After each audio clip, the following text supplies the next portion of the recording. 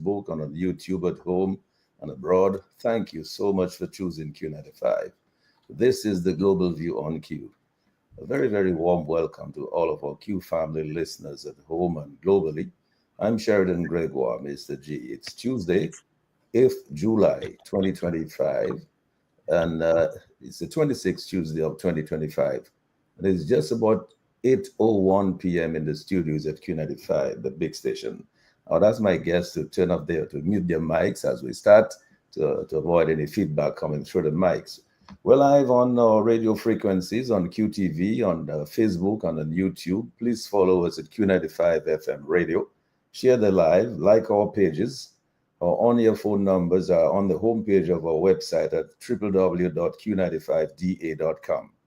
Get the latest breaking news and reviews on Q95 because you know it's true if you hear it on Q. We continue to revive the spirit of graciousness, of love and peace and prosperity and unity among our Kalinago and Afro-Caribbean brothers and sisters.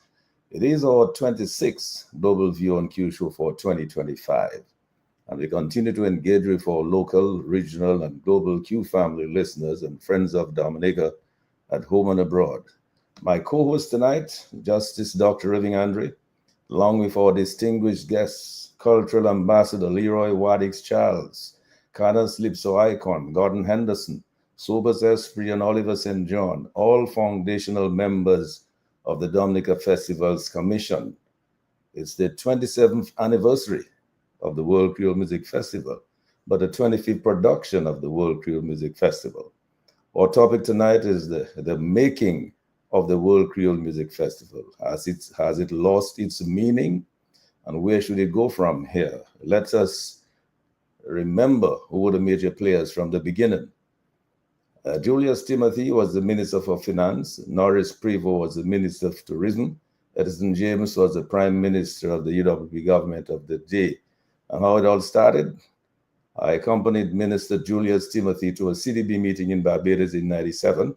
While we were there, it was Barbados Crop Over Festival. Mr. Timothy turned and said to me, I would like to have a festival like this in Dominica. I said, okay, I will work on it. When I got back, I set up the DFC as part of the CEO's department. I was the chairman of the DFC. I formed the first broad think tank for the DFC, and it met a couple of times for brainstorming. The World Federation of Creole Cultures was registered later on by Sobers Esprit and Gordon Henderson on behalf of the DFC, and its early symposium was funded by the French mission in St. Lucia. The first think tank committee comprised of myself as the chief executive officer at the NDC and chairman of the DFC, people like Mark Murray, like Steve Hyacinth, Oliver St. John, Reggie Burke, Leroy Wadix Charles, Fagan, Dennis Joseph, Kelly the Ghost Williams, Sobers Esprit, Ronald Lander, Michael Fadell, Sharon Pascal, Gretel Fingal, Jeffrey Brisbane, Oliver St. John. Well, the think tank met 2 or 3 times for brainstorming ideas and arising out of this. Well, I only mentioned these names. The rest of my panel here will remind me of other people who may have been on that think tank committee when we got going. So, but arising out of this think tank discussions, I got my NDC staff to write a cabinet paper on the DFC and the WCMF, which I presented to the cabinet of Mr. Edison James. The cabinet approved of the concept, and Finance Minister Julius Timothy promised to give us 400,000 to run the first festival. We only got 250,000 of that amount to run the first festival. I employed Eddie Toulon as executive director of the DFC to manage the first World Creole Music Festival. Gordon Henderson was asked to serve as the international promoter for the festival. He did a great job of that. Oliver St. John was asked to manage the venue. He did a tremendous job. Reggie Burke was asked to run the bars. Reggie Burke late Reggie Burke was asked to run the bars. He did a wonderful job there as well. Steve Hyacinth managed the stage. Eddie and Wadix would manage the production of the World Creole Music Festival. I reported directly to Honorable Julius Timothy and Honorable Norris Prevost. No PSA stood between us. That was to avoid any bureaucracy. The first World Creole Music Festival was held at the back of the old Dominica Grammar School. And in year two, it was held at the Pottersville Savannah. Oliver St. John will tell us all the trials and tribulations he had in setting up the venue in those days. You might ask, well, what was the role of the DFC? What role did the DFC play in nation building? This was guided by our vision and our philosophy behind the festival. Here are some questions. Should the World Creole Music Festival incubate local musicians, local music and artists? And what has been the impact of the World Creole Music Festival, if any, on the local music industry? Or does the WCMF now confer second-class status to local musicians and artists?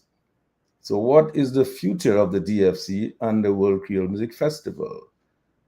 What was the startup vision and philosophy behind the festival? We will reveal these answers as the discussions progresses tonight.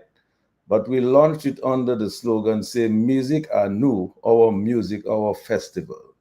You might also ask, what was the role of media, international promotions, and sale of memorabilia in the World Creole Music Festival?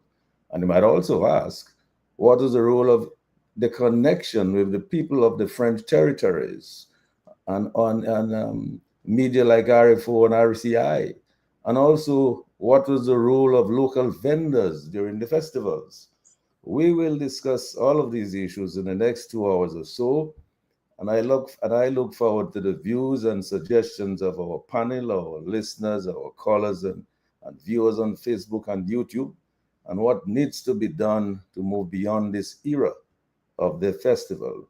So my co-host, Justice Dr. Irving Andrew, along with our distinguished guest, Cultural Ambassador Leroy, Wadix, Charles Gordon Henderson, Sobers Esprit, Oliver St. John, will all share their ideas and recommendations and their recollections and for the way forward for the festival. And we will take a moment to sympathize with the family and friends of Reggie Burke and Jeffrey Brisbane on their passing. May their souls rest in eternal peace.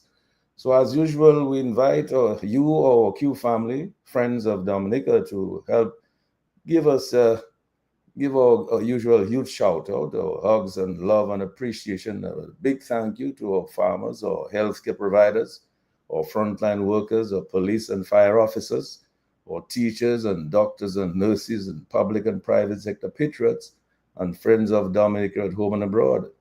And as I always say, we welcome each and every Dominican and friend of Dominica to the Global View on Q. We embrace you wherever you are tonight, in every nook and cranny, in every village, in every community at home in Dominica, in the region and globally. Thank you, Sherwin, for keeping us on the air. Big up Lambi on the console, directing the traffic. We will take your calls. As you know, the people's voice is always a priority on Q, on the global Q, and on the Global View on Q. So call us anytime during the program, and Lambi or Sherwin will signal us when you call. My co-host and panelists will expand and deliver on their own ideas. But let's just take a moment to remember Jeffrey Brisbane before we begin. Jeffrey Brisbane was a dear friend, a colleague, a great family man, and a former World Creole Music Festival executive director. He started with the World Creole Music Festival in charge of running the bars along with the late Reggie Burke. He stepped into the role of executive director after the passing of esteemed the first executive director of the World Creole Music Festival, Eddie Toulon, of blessed memory. We thank Eddie Toulon as well for the work that he did. We mark Jeffrey's passing with profound sadness. I spoke to his wife Hazel just 2 days before his passing. Our deepest sympathies go out to his wife Hazel, his children Nicole, Kelly, Yannick, Nia, Ivan, Brennan, and Thea. He was married to his wife Hazel for 39 years. They celebrated their 39th wedding anniversary on May 17 this year. Family meant the world to Jeffrey, and he was just so proud of all of his children. He would do anything for them, and in fact, he did everything that he could for them, and they all stood by his side until the very end. Jeffrey was a dedicated businessman, a leader, a visionary within the Creole culture and music landscape. The part he played in the World Creole Music Festival is a testament to what will surely be part of his enduring legacy. His commitment to the World Creole Music Festival and to the broader cultural community, Creole community was evident in every effort he undertook to foster unity and cultural pride. Jeffrey understood the profound importance of continuing the original foundational vision and the thrust to bring the global Creole community together through the World Federation of Creole Cultures, not just through music, but through the Creole language, through the Creole cuisine, and the Creole attire. Jeffrey often invited friends and colleagues to dinners with his family. I was his guest on several occasions. He was a master behind the barbecue grill and in the making of rum punches. His kindness, his dedication, his passion for life will be deeply missed by all who knew him. I have no doubt that Jeffrey's legacy will continue to inspire generations to come. We will each of us make some brief remarks, brief comments about Jeffrey before we begin our conversation tonight. Justice Dr. Andre, you're up first. Sobers Esprit will follow. Oliver St. John after. Leroy, Wadix, Charles, and then Gordon Henderson, all profound members of the World Creole Music Festival. Thank you, gentlemen. I go first to Justice Dr. Andre for his brief opening remarks. Dr. Andre. Well, let me say good evening to your listeners. Let me say good evening and welcome to your esteemed panelists. These are musical icons in the industry. And while we sing the praises of Jeffrey Brisbane, let me throw out this inconvenient question. Has the administration of the World Creole Festival today honored the pioneers who initiated that festival? Have they received any recognition for starting it? Have they paid homage to its vision, or have they reduced it to a crass commercial enterprise where Dominican musicians are forced to occupy the back seat in the pews of the church of our cultural traditions? That is a fundamental question that we must ask. Even as today or yesterday we read the list of artists who will be partaking on the 25th anniversary of the Creole Festival, the questions must be raised, as inconvenient as they are to some of your listeners. Where are the Calypsonians? Why is there no Dice? Why is there no Joyce Stout? Why is there no De Bob? What is wrong with Checo? Is it something we're afraid of? That we're afraid to include them? Have them sing lyrics which may be somewhat embarrassing to the powers that be? Have we simply capitulated to that type of commercial vision? But there's another question. What about our indigenous music? After 25 years, what part do they play in a cultural expression or extravaganza, which original justification was to showcase Dominican music? In fact, a small publication of the festival indicated that the three objectives of this festival were: one, the development of Dominican cultural industries for generating foreign earnings; two, the international promotion of Dominica as a world-class tourism destination; and three, the consolidation of the world Creole market and cultural community with Dominica as the cultural capital and headquarters. Indeed, somebody called Sheridan Gregoire, on the advice of Julius Timothy, prepared a paper which was presented to the cabinet. And here is what the paper indicated: to undertake the following: an annual WCMF at the end of October 97, carnival activities, national expositions, national flower festivals, provide financial support to various village feasts. So the festival was an integral part of a whole vision of cultural expression and national development through cultural expositions. And even if you look at the first slate of performers at that first festival in 1997, it reflected that vision, a vision which included not only international artists, but local ones.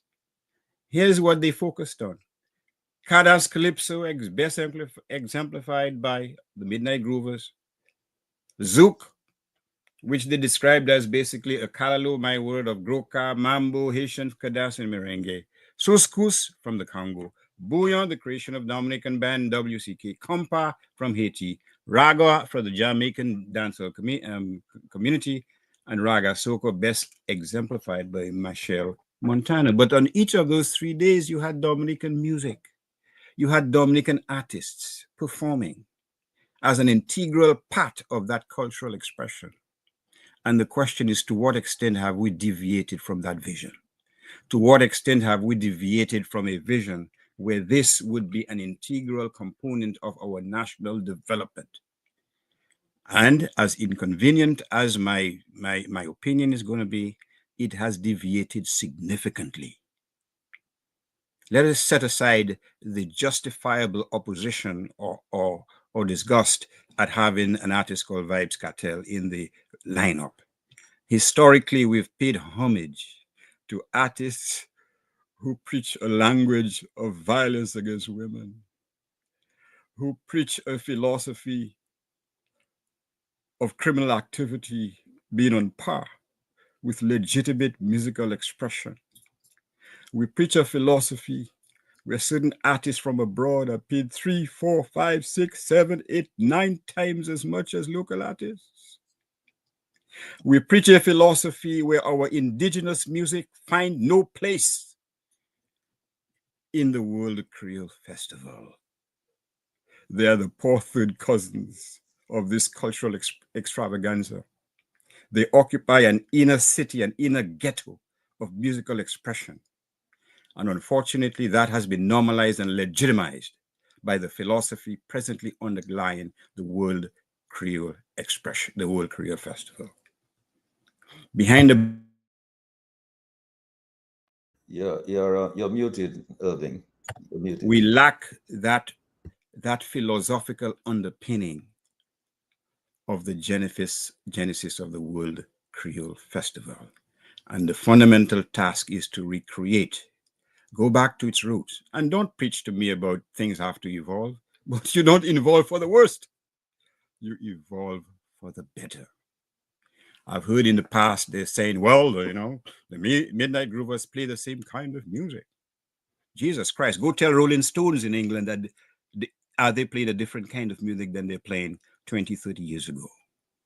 But every excuse and justification is used to relegate Dominican music to a significant extent to the background. And somebody says, well, Andre, that's not quite true. Look at Asa Banton and look at all this.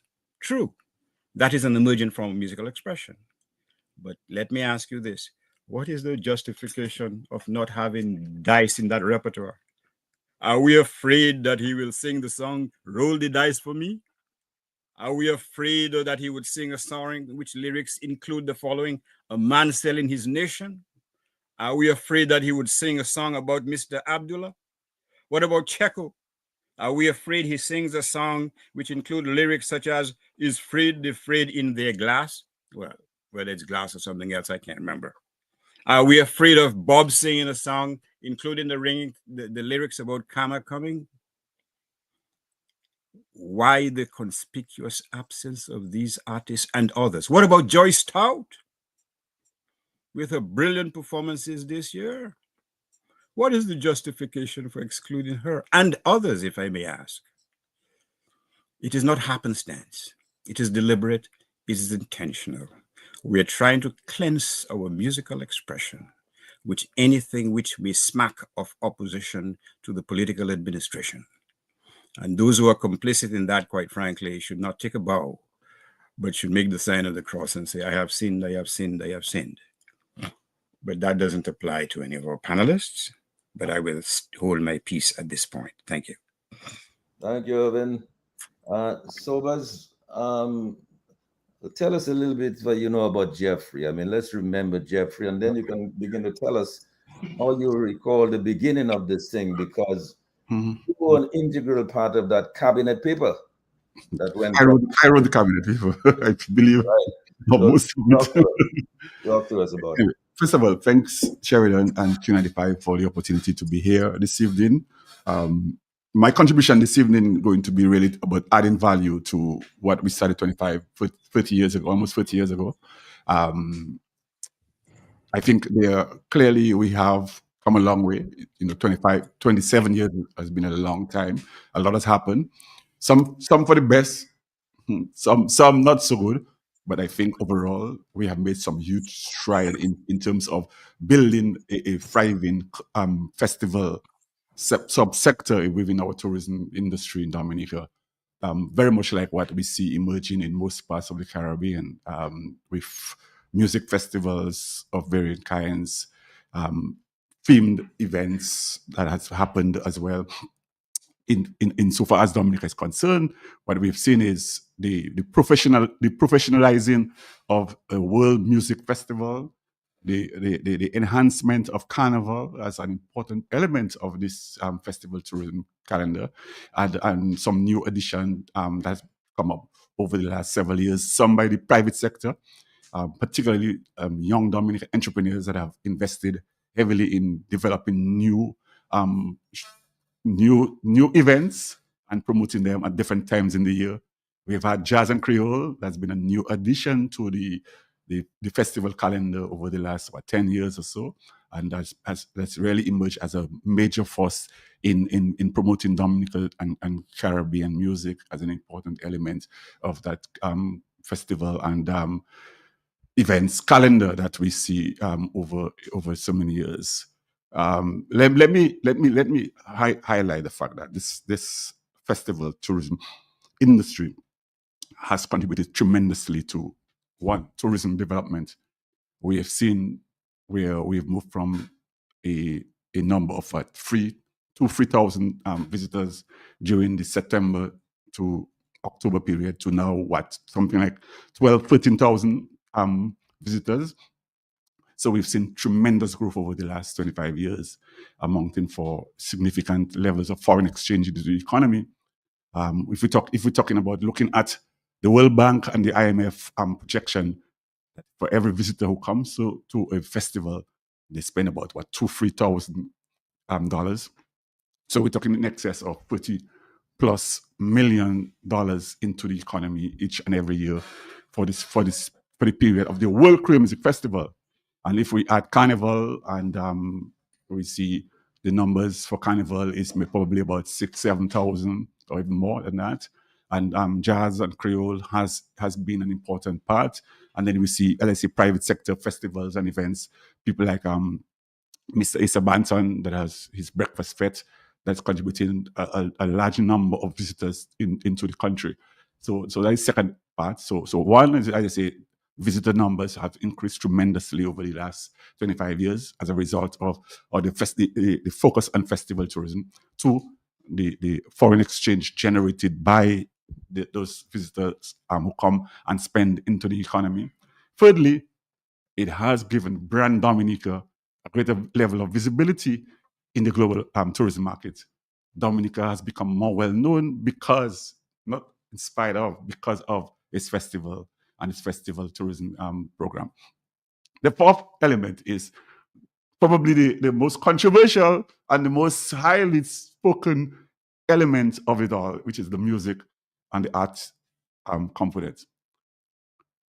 Yes, we have had our challenges over the last 25 years, from the very beginning, in terms of who should be included, who should not be included, what aspect of the music industry should form part of the festival, whether it be World Creole Music Festival or jazz or so.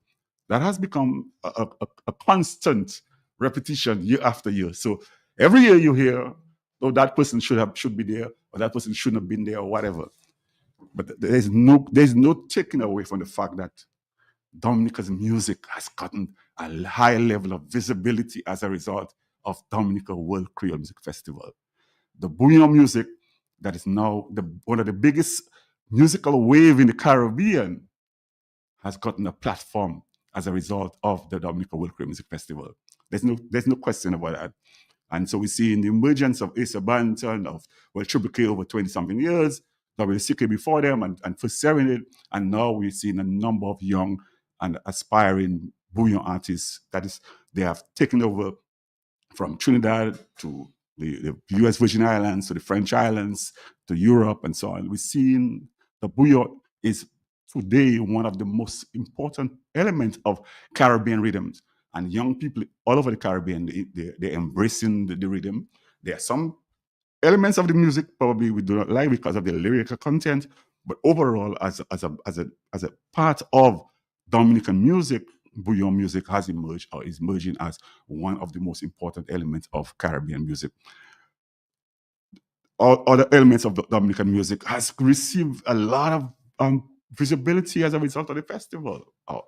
Calypso from the inception. Yes, there are times when we feel that more Canas performers should be on the festival, but there's a constant effort to ensure that there is a strong representation of Calypso in the festival. And this year again, we're seeing a large amount of some of our senior Calypso performers, from the pioneer, the creator of Calypso music, to people like Linford John, who is probably one of the most well-known Caras icon from Dominica, Harley Butts, we have Midnight Groovers and so on.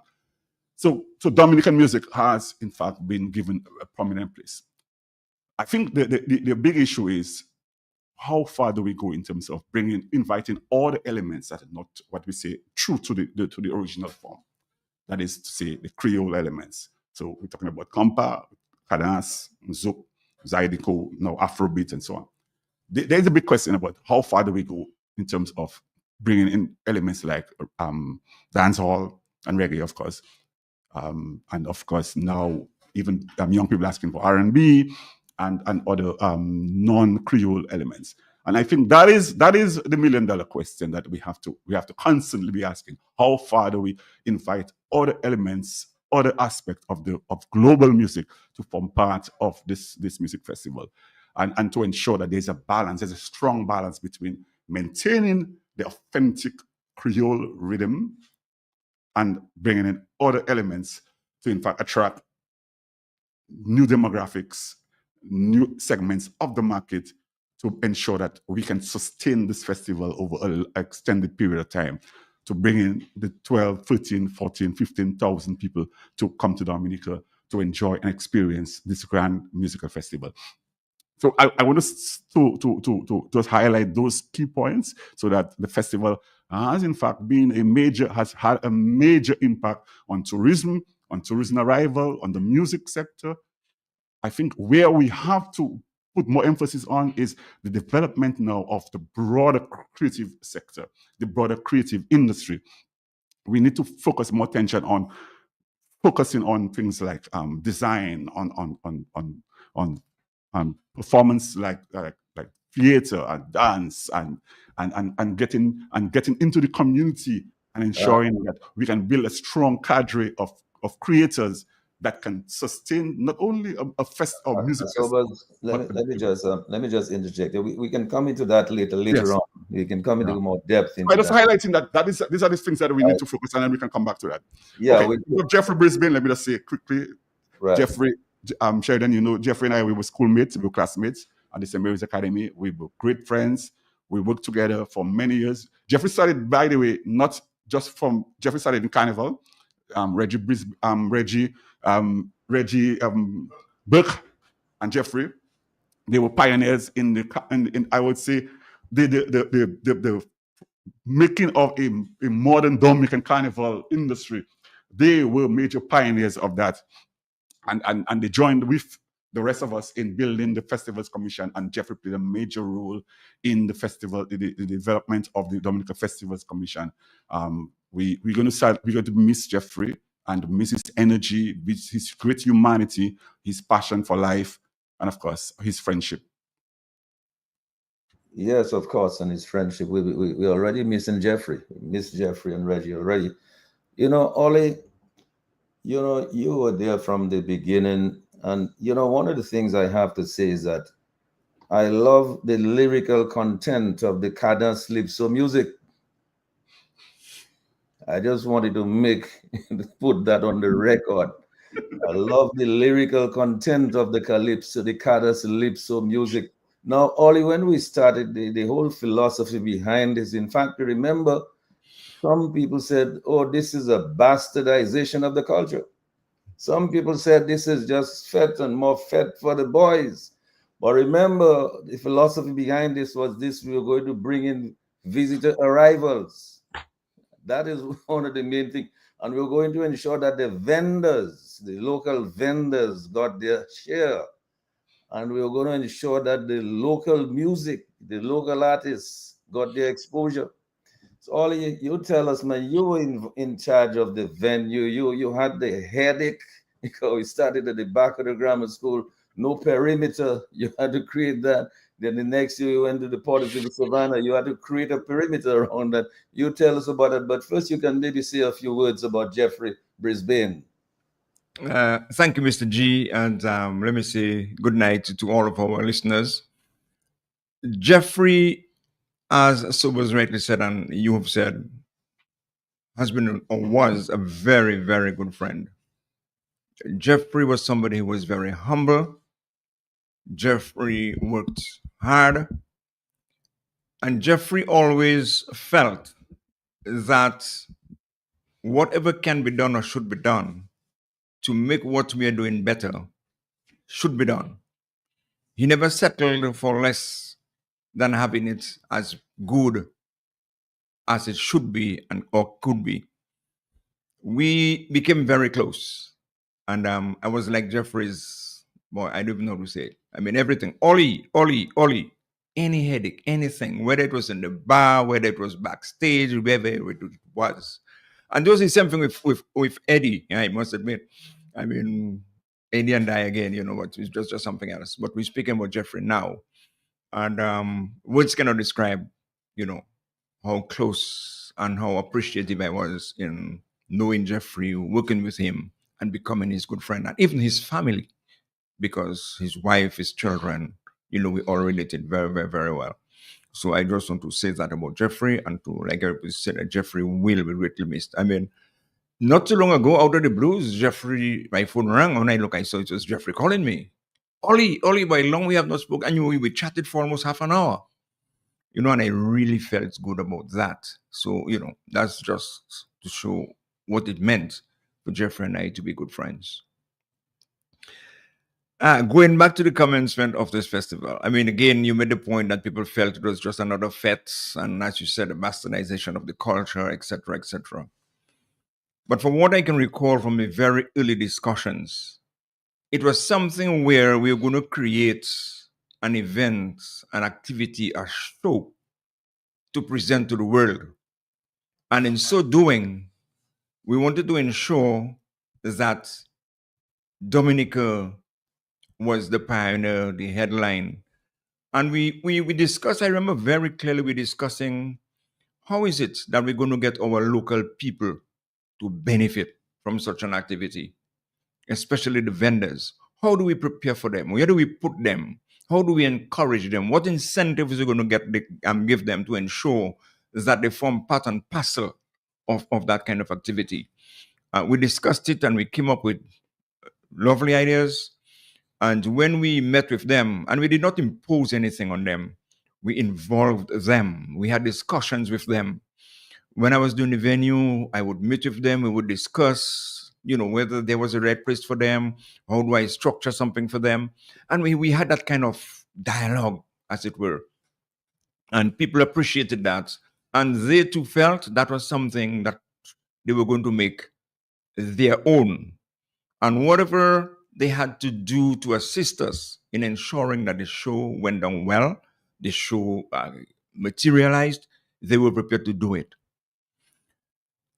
The venue, our first, you said 2 years, but we did 4 years at the old grammar school.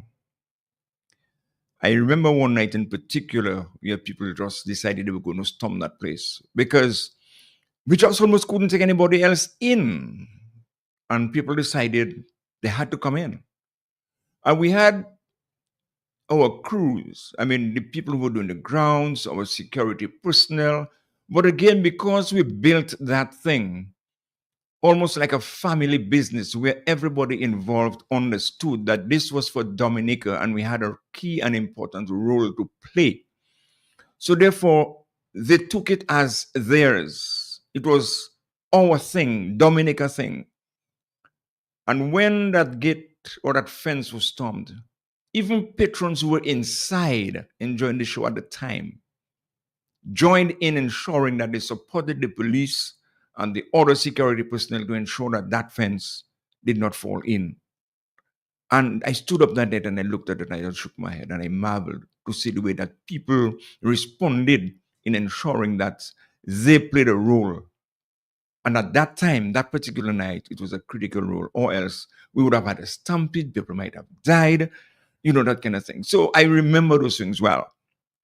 But insofar as deciding how we're going to fence that place, how we're going to secure it, I mean, Mr. G, I just, it is almost beyond description in the sense that when Eddie and I would sit in the afternoons and we would discuss, and then we would report to you later in the evening or to the committee, we almost didn't know how to sell it to you all because we always felt, boy, these guys are going to say we are crazy people. But when we were through discussing and explaining and justifying how it was going to be done, you all gave us the green light. And it worked. When we came to move to Pottersville, that I can remember very clearly. We had 11 days before the festival. 11 days. And we were asked to move. We had to move. There was no choice. And that morning, one particular morning, this is Eddie and I stood up on the St. Alphonsus Church landing. And it started to rain, pouring rain. And we took as much shelter as we could from the little bit that we could have gotten. And we're discussing, we're looking at the savannah. And for some unknown reason, this thing just struck me. Oliver, why don't you think of containers?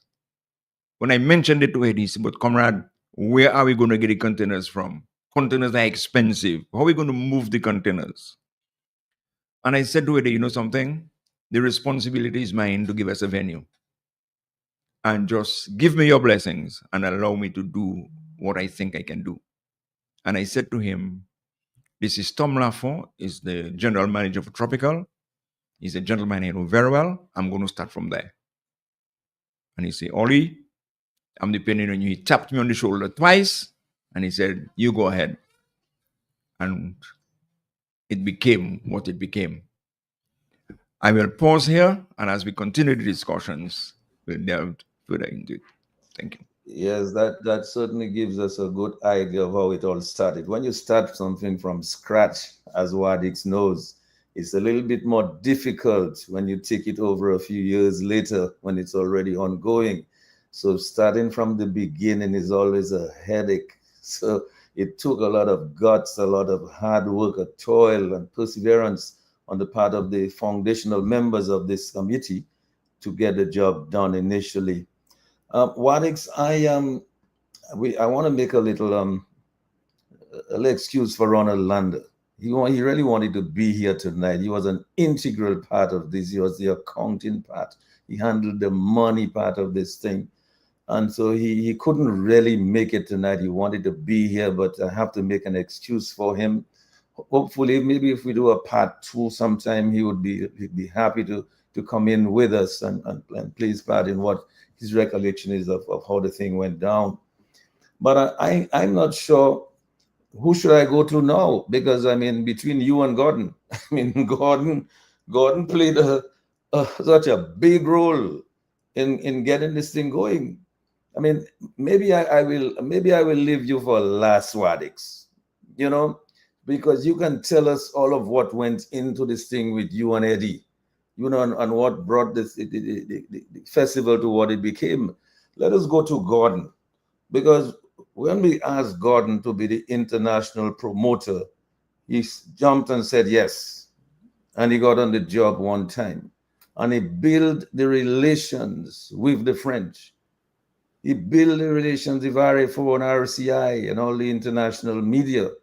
And that is what brought the French people and all these foreigners to Dominica for the event.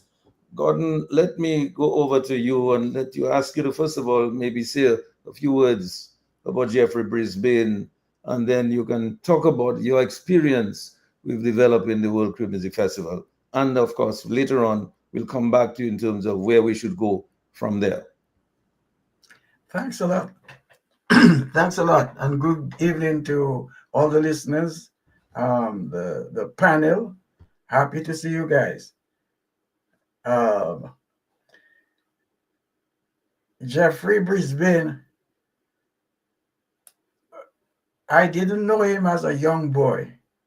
I figure I had already left school and left Dominica.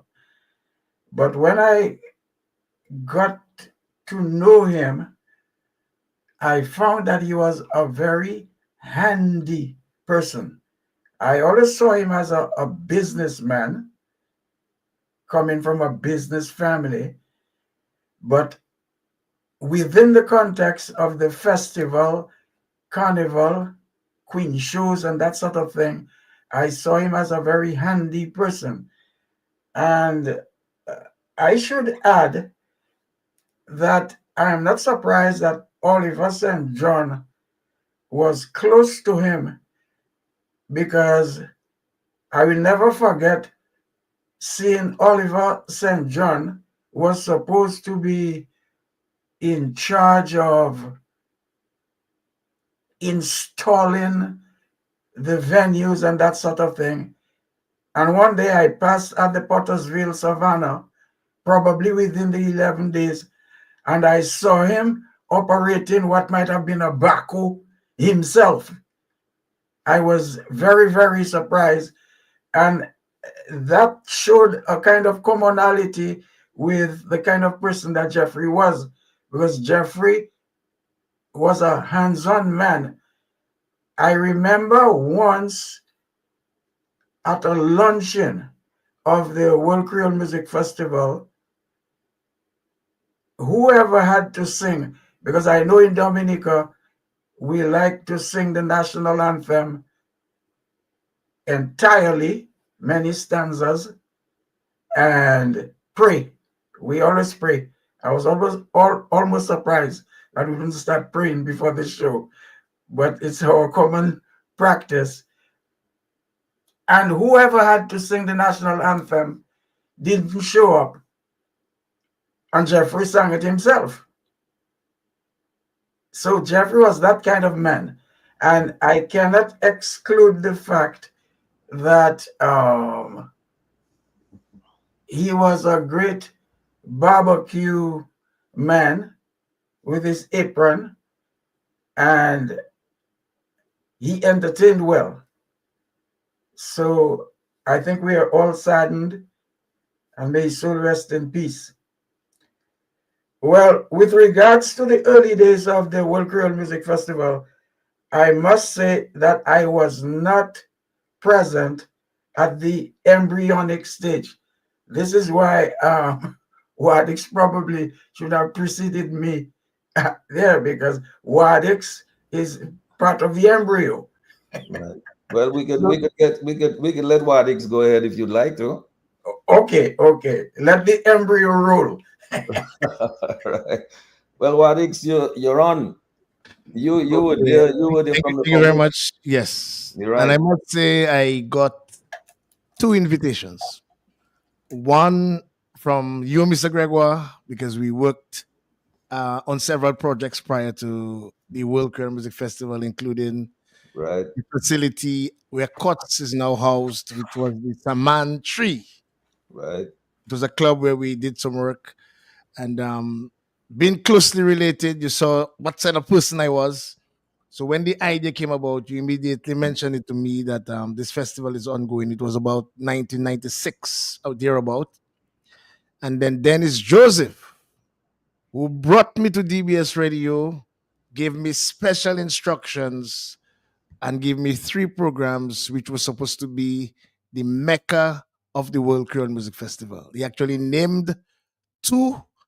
That is the Kadas Zouk Festival, which was the second name of the festival. It was first a Kadas Festival, then a Kadas Zouk Festival, which is the name of the program still, 29 years after. And then the Hit Powered Creole, which is another name he gave, mainly where we'll be looking at new songs and innovations in Creole music. But what I recalled is Yes, the World Creole Music Festival, eventually with an emphasis on Franco Creole. Why? Because we chose Independence Time, which was when we celebrated our Creole heritage, basically our traditional and mainly our Creole heritage. And despite all the challenges and the negativity in terms of what went on, we gave the traditional aspect full prominence on stage. Between the acts, before the acts, and sometimes all 1 o'clock, traditional activities would take place. This was very important. Why? Because we must remember it was the independence season and the World Creole Music Festival fell within the independence season. I will not go to what is called the evolvement of where we are now. I will leave that for later. But I also recall several genres within the 25 years I'm going to actually bring out. Kadas Lipso, Yes Bouillon, Reggae, Raga, Roughneck from the very first edition from Martinique, Salsa, Merengue, Zydeco, Guoka, Rara from Haiti, two types of compa direct, which is the Skasha and what have you, and the Nouvelle Generation with the Karimi and the T-Vice, Creole Jazz from Malavoie, the three dimensions of Zouk, Zouk Love, Zouk Beton, Zouk Chiré, Soukous, Afrobeat, Afro Zouk, Dancehall, Soca, Calypso, and all these genres and more culminated into the 25-year history of the World Creole Music Festival. So when we're looking back at the journey, I really want us to understand all the genres that were exposed and showcased during that time to where we are now, where a limited amount of those genres are now showcased. I also want us to reflect on our biggest arrivals from day one, the French Antilles, and remember how important Zouk music was to the theme, musique à nous. It was very important that the theme in terms of marketing was sold to the French. And immediately they embraced it because they were part of the Musique à nous campaign. And they continue to be the biggest arrivals. I'm a little saddened by now or the last few years where we have very little music from the French Antilles or Zouk music. Kasav is a brand. But there are a lot, I mean, Gordon would know the French Antilles is an industry. They have a music industry. We don't. We have musicians doing their thing, but there's a proper music industry in the French Antilles. But then the French embraced this festival like it was their festival and continue to do so. What does happened to the traditional music on stage, which we now put in the forecourt? We used to have the Creole Awards. I'm not sure how many of you remember we used to have the Creole Awards, where we would award not only Dominican musicians, but we awarded Kasav. Right. Particular year. We had the Federation of Creole Cultures, which was an educational component because the language, we understood the language, the link was the most critical aspect of the Creole Festival, regardless to what we have. The music, which was already Kasav, made a concerted effort that their music were recorded in Creole, not French, but Creole. The 99.9% of Kadas Lipso, Creole. A few songs, Milk and Honey in English, and a few other songs. But 99.9% Creole. So the Franco or the Franco Creole was the foundation of this festival because we saw, just in the Caribbean alone, Franco Creole people in the majority. When you add 80 to Guadeloupe, Martinique, French Guiana, you can realize how many people we have just in the Caribbean. Because the world was at our doorstep. So we thought of Seychelles, Louisiana, Africa. I mean, go way back. We didn't think of just Dominica at the time. So when I understand what is the new generation meaning of Creole, I am amazed. I am even branded old school because it's like I have I live a Creole life. I have lived a Creole life, spent 15 years in Wadix promoting 99% Creole music. I was given several programs by Dennis Joseph, where I played 29 years of Creole music. And I was told I don't understand what is Creole, because Creole is now the majority of Jamaican and Trinidadian. So that is where I try to tie up what was then and what is now, and we can further deliberate, because we now see a departure from the independence, which is the season, where we are now bombarded with fetes right through, with no independence content, leading up to the World Creole Music Festival. I remember in 2006, Minister of Culture then, Matthew Walter, developed a cabinet paper to prevent any foreign act 30 days before the festival and 30 days after the festival, to protect the festival.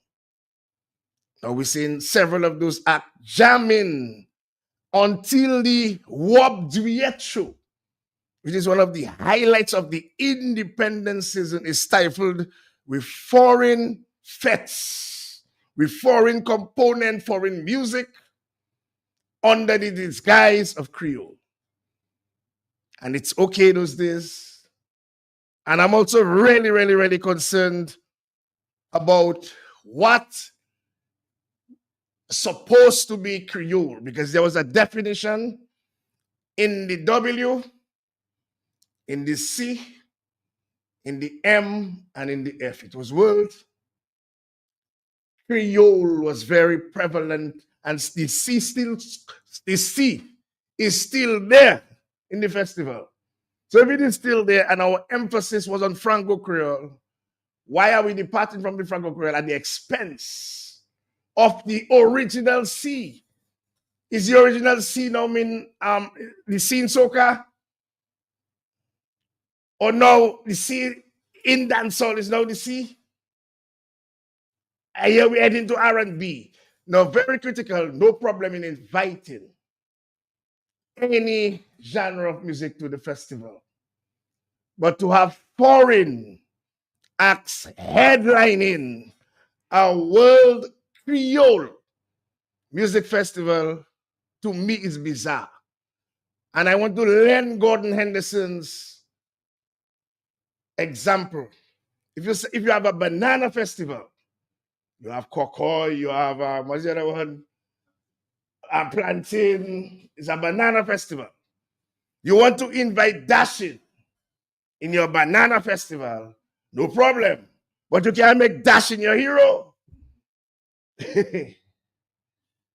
Dashing is part of the festival, but it shouldn't be the hero, because it's a banana festival. So there seems to be a misconception where I believe at some point in time we should regard the festival as just a festival without a C. It's just a world festival of genres. Or if it has to be Creole, we know the foundation. Nothing wrong in having everything else. But it should not be the headline of our world Creole music festival when we know better. And we shouldn't shift the goalposts by trying to name all kind of other genres we like or trend in Creole when we know it's not. We know it's not. And I just listed all the genres over the 25 years that have been showcased. And then the sidelining of the traditional aspect of the World Creole Music Festival, which is the heartbeat of the independence, which is now, it is no longer on center stage. They put it in the forecourt, and it is now kicked out of the forecourt. So during independence an explosion, an invasion of all foreign threats, independence, even on Independence Day. We say we have a Creole festival starting on Creole Day. How many or what is the percentage of Dominicans that speak the Creole language on Creole Day? It is the only day. For the last 3 years, I've been hearing more soca and more reggae and more dancehall on Creole Day in Dominica. These are some of my concerns to start. Mr. G, back to you. Wadix, before I let you go, when we set up the World Federation of Creole Cultures, which Gordon and Sobers, I believe, registered on behalf of the FC, the intention was to focus on the Creole language, Creole attire, the Creole lifestyle, right? Creole lifestyle, the wear, the music, the cuisine. Right. There were other islands who wanted to rotate the festival. And then we decided very early, no, you can have the other aspects of Creole, the wear, the cuisine will support you 100%, but the music stays in Dominica. And by the way, apart from Jeffrey, we must remember Eddie, right, Jeff Joe, Jamala Fountain, Cynthia Ely, right, and also musicians Patrick Setelois, Oliver Ngoma, Jacob Devarier, Eric Buta, Nelly Star, Tony Valmont, Pierre Labassière, Jazenar Shitai, Michael Benjamin, we came with Carry Me the first time, all gone to the Wild Beyond, but they performed at the World Creole Music Festival. Right. I'm good to you recall them. First to mention them here tonight. Now, Wadix, what I was about to say about the Creole language is that when we started with that first symposium for the World Federation of Creole Cultures, if we had continued with this thing, I believe Creole would have been taught in all of the schools. Yeah, I believe so. I know. I strongly believe so. I remember Eddie giving me the responsibility to go to Pierbush to get Lawrence Bruman to be one of the MCs or co-MCs at one of the editions, because we wanted Creole. Because I think Gordon had gotten a guy who spoke his mind. I think he's dead now, Seymour something, in Guadeloupe. He was kind of a politician and, kind of scared off because he spoke his mind. But then I remember Eddie sending me to Pierre Bush to get Lawrence Burman because we wanted Creole, because Felix Henderson, because he was a Christian, kind of didn't want to go on stage. But that was part of having the language on stage, because Lawrence Burman was the number one. The only problem with Lawrence Burman, 9 o'clock was his sleeping time. By 9 o'clock, he should be in his bed. But then he came, he did one stint and disappeared. But it was all in an effort to get the language on stage, while we have the majority of the patrons from overseas are the French. But I think what he's referring to is the symposium that was held prior to each of the festival. At the Arawak Cinema. Correct. Yeah, and we had people like Didicus Jules. Yes. Boots Samuel. Yes. And Gregory Rabes, who among the tops. Yes, recently I spoke to Boots and we were reminiscing on that. Yeah. Because because what happened is, whilst we slowed down on this part of the educational component of the Creole language, St. Lucia just took it and gone clear with it. Formed an institute. Now they have Creole in schools. They have a dictionary that is more prevalent than ours. And they have signage. They speak more Creole than us, which, where we were on par. A lot of what they eventually learned, they learned from us. We had the first Creole Day. We had the first Junior Creole in Dominica. And now, Creole is more recognized in St. Lucia. If you speak Creole in Parliament, you must translate it. There's a Creole policy in St. Lucia. So, if we had continued with this federation, we would have been unlimited in terms of the language itself. And who knows, it would have been in the schools maybe all 15 years ago. And that's my opinion. Mr. G, before Gordon comes on, on the federation was really meant to connect institutions and to build bridges and help to promote the cultural industries as a key part of this whole growing Creole consciousness that was taking place at the time. So it was going to be the platform, the institutional platform for the work that we had started, and it would be designed to take the work from not only Dominica, but the French West Indies, Africa, Seychelles, and so on. In fact, we had a meeting in Guadeloupe. We had people like, Eddie and myself were there from Dominica. Interestingly, we had somebody from Barbados, Elombe Motley, who actually came to that meeting in Guadeloupe. So that was an important part of the early formation of this exercise that we definitely lacking now, and we need to refocus and recommit ourselves to doing. And it's something that we can do outside of the ambits of the public sector. I think it's something that, through private initiative and private enterprise, we can get it done. So, but let's talk about that. Well, yes, I mean, Dominica was meant to be the headquarters of the Creole movement. This is what the whole intention was behind the World Federation of Creole Cultures. Gordon, you've heard Wadix, you've heard all of them now. Your thoughts? Well, there are so many salient points, starting with Dr. Andre, everyone. However, we would have to speak for weeks. I would like only to talk about my role when I came in, when I was invited to the commission. And I'm always proud to say it was not just a committee, it was a commission. Thank you for recalling that. And I felt proud being a commissioner going out there, because our listeners need to know, because if it's 27 years ago, someone who is 30 may not realize that it was not the internet age. So in order to internationalize the event, and in those days there were not music festivals all over the place, and music festivals did not necessarily have a good reputation.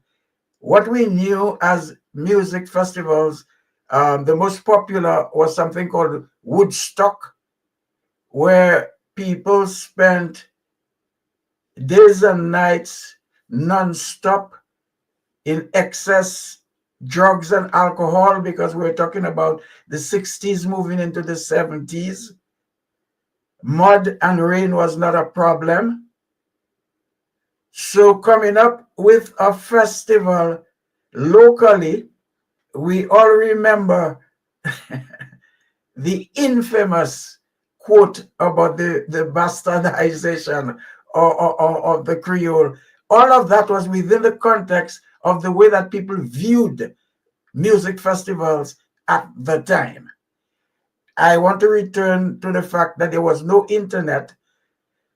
And so, but there were festivals in Dominica. A young man at the time, deceased Loftus, had successful festivals on the Newtown Savannah. That's right. But that never went beyond our shores. So it could not have been a tool to attract tourists, as this was one of the, Dr. Andre outlined the three pivots or poles of the festival.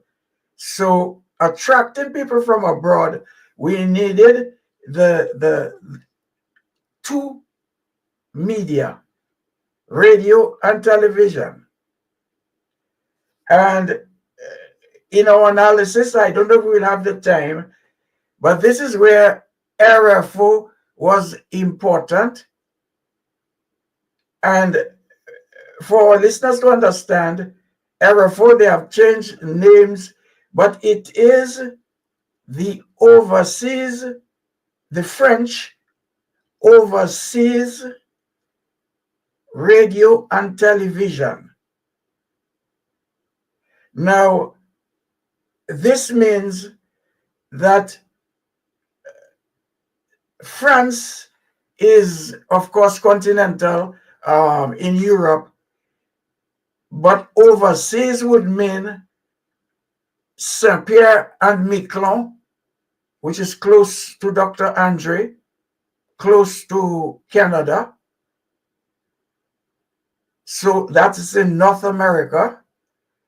This would mean, and it's important that I go through this detail.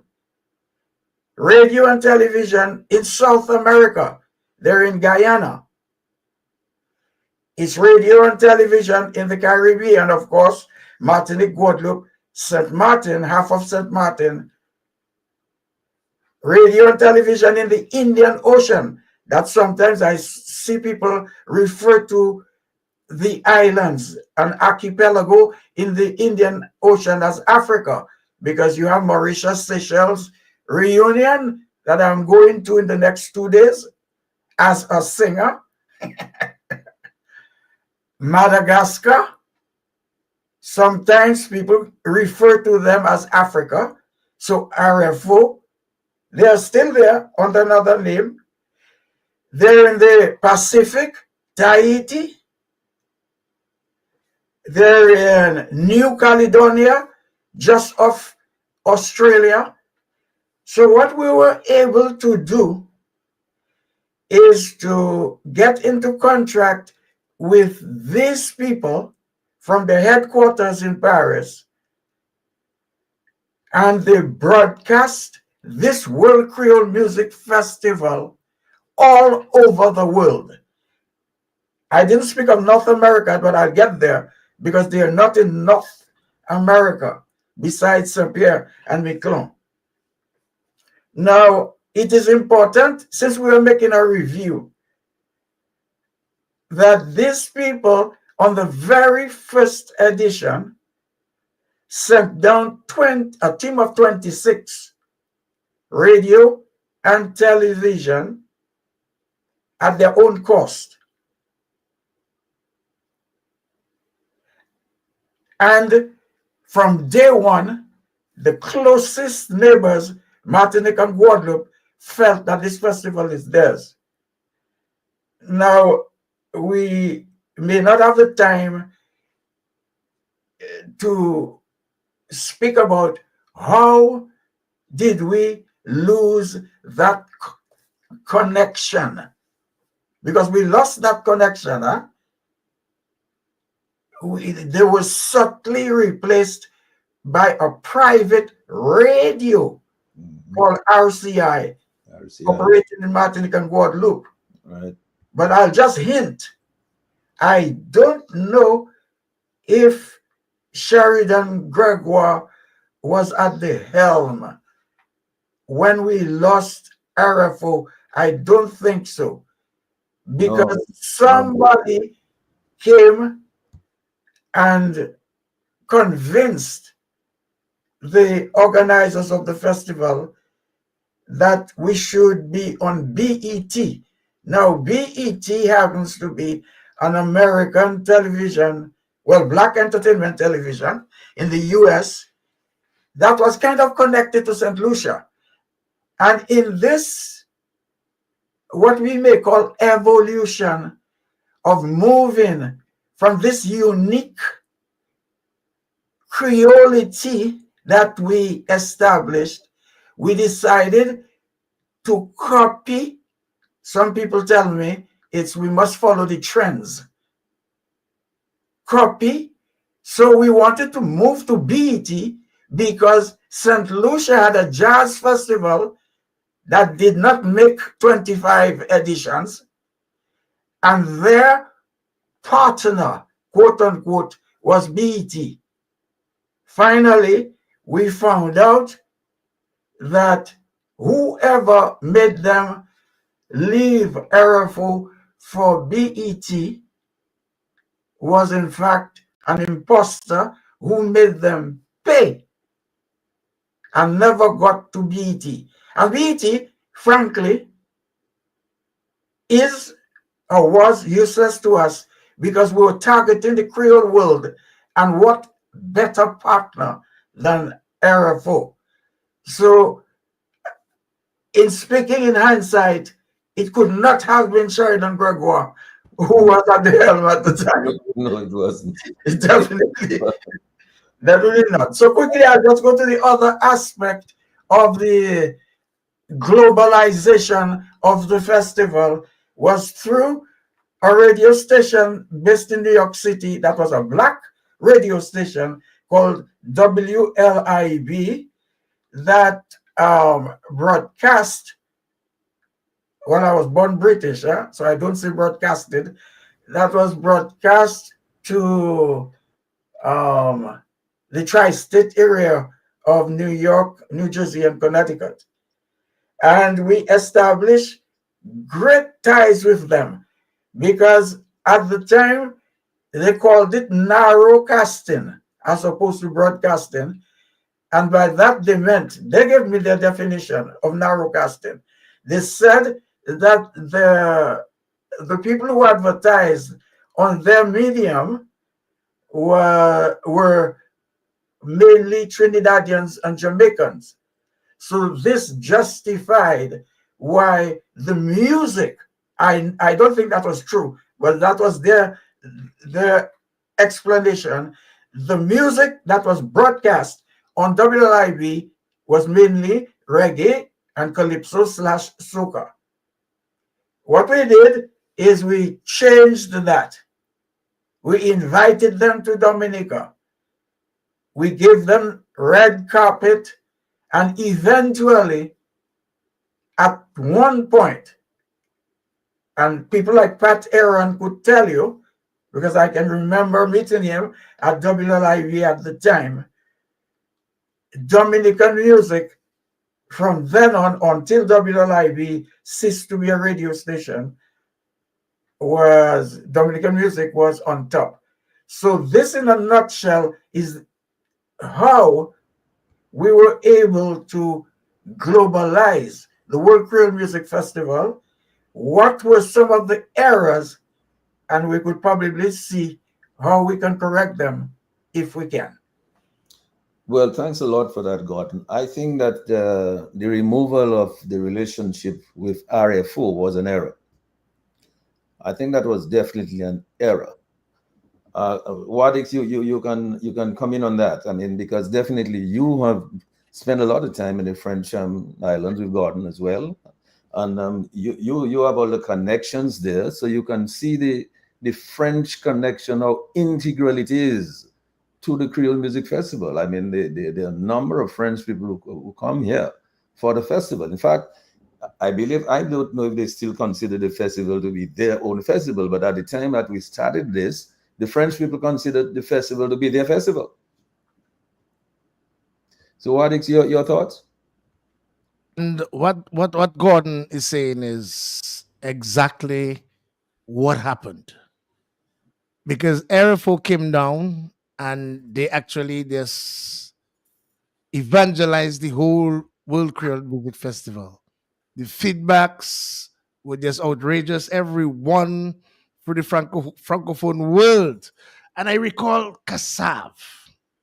This is one example I will always remember. Kasav was going through a very difficult path. They were hardly playing. Possibly they were almost on the verge of breaking. And they played at the second World Creole Music Festival. And immediately, I'm not sure if Gordon can remember, Kasav became global again. Let me jump in Yes. to solidify what you're saying. When Kasav performed at the World Creole Music Festival, and since they're supposed to be coming this year, this can easily be verified. Indeed, they were going through one of their low periods. They had not performed anywhere for six years previous to that. That's important to note. And from this edition, the second one, where they performed, it's from there that Kasav has been, they have been playing up to today. Yes, that's correct. They had never been to Barbados before that. They had never been to St. Lucia. They had never been to Curacao. You know? So the World Creole Music Festival was we need it's not it's a French word that comes to my mind, but it a landing, what I don't know, it was a catapult. No, but it's true, Gordon, because and the influence of RFO, because one must remember RFO is both radio and television. And we didn't have that kind of outreach. So by Kasav wasn't even playing in Guadeloupe. Guadeloupe and Martinique, they were not even playing. So by the images going across to Guadeloupe and Africa and wherever that RFO was actually reaching, brought some new life to Kasav. And it in the same moment brought new, just evangelized the whole festival. So every Creole person could have identified with this World Creole Music Festival. And it is very important to really include here people like Sobers, people like Eddie Toulon the late, Gordon Henderson, Chef Joe, Ophelia at a few times, and towards the latter, Ezra Winston, myself, relentlessly were on the various radio stations. Yeah. Correct. Speaking in whatever way we can speak Creole. I recall Eddie Toulon struggling to speak Creole the first year or two. Yeah. And by the third year, you would never imagine that is the same Eddie Toulon. Yeah. You remember Clement Murray? But of course. Our song engineer. Yes. Clement Murray said, Eddie Toulon, il parlait ça parler pièce Creole. Mais où ça, après des années. Yes. Non, la coupe. No, but then the critical thing is the French open their radio, open the media houses. Gordon, I want to talk about the Kasav thing because that's important. Because you know I am a big Kasav fan. Yeah, Exile is my number one band, but I am a big Kasav fan. Gordon, the Kasav was going through a lot of problems. Yeah. Internal problems, particularly. I heard that at the time they were having a lot of internal problems. Some of the guys, they had issues. And the festival, as you say, as Gordon said, give them a boost. A new life. Catalyze them. Yeah. So too was Jeff Joe. Mm. The festival also helped to catalyze and bring back Jeff Joe to massive prominence. Yes, that's correct. Because Jeff Joe didn't participate in the As a matter of fact, Jeff Joe was actually going through a phase where he was playing right. A lot of Zouk now, a lot of Zouk, and then the festival with his new generation band. I'll give you a story. In 1 year, Kasav was on the festival. There was a group that was supposed to be playing at the festival. I know the Sweet Mickey or somebody, and they couldn't perform. And Jeff Joe and myself, we were in Martinique. At this hotel we used to stay in Martinique. Squash. And we walking up for breakfast. Comes Jacob Devary and one of the other guys, and they actually bow down to us. That they want to play on the festival. I mean, it was the most incredible thing I had seen because,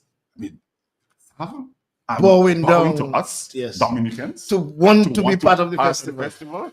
And that was the pull of this festival. The festival had a huge pull that artists wanted to come and perform here. And because they felt Dominica, the island of Dominica, this island was so important for them because they connected with the island, but also the festival itself, the experience, the vibes that was this music festival that they wanted to be there. And so Kasav was like that. Tabu Combo. No, man, I mean, if you recall Tabu Combo, the drummer, Herman, same thing. And then Shubu said, first time he ever played to, Daybreak. That's correct. And he said, Messi Baudier. Chubu. We went for the same thing, Jeff and I, same thing with Chubu. Wadix. Yes. This is the point I was going to come to. You see, having Gordon said what he said, you and Sober saying what you said. I don't know if you all recall, but in part of our discussion was to create that World Creole Music Festival. We were supposed to create a platform of Creolity with the awards, the Creole Awards program and all that we really didn't think that we should be paying a lot of money to artists to come and perform there. In fact, artist agents should want to use that platform to launch their clients. Yes. And that is what we were thinking in terms of this big budget because we didn't have money. So we But on this point, let me jump in. Yes, Gordon, I want to hear you. I want to hear you on that. I want to hear you on that. Yes. So much so that the idea of spending big money, I recall being on a delegation. There was a lady called Madame Akpa, Yeah. Yes. Sonyapa. Sonyapa. right? She was the representative, the government representative. And if I recall, Jeffrey might have been the executive director.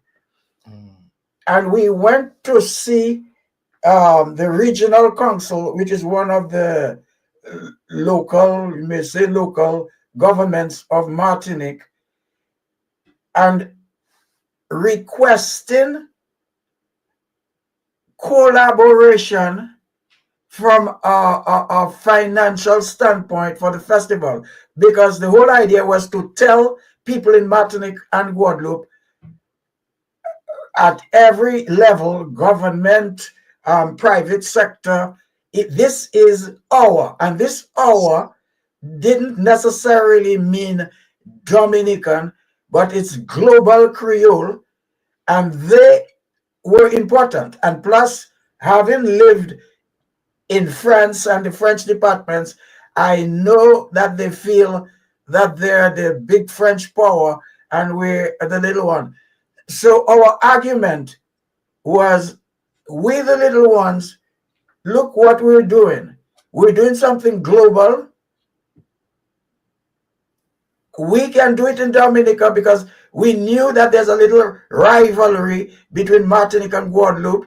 So if the World Creole Music Festival was held in Guadeloupe, Martinicans wouldn't go. In any case, it's farther away for them. We're right in the center.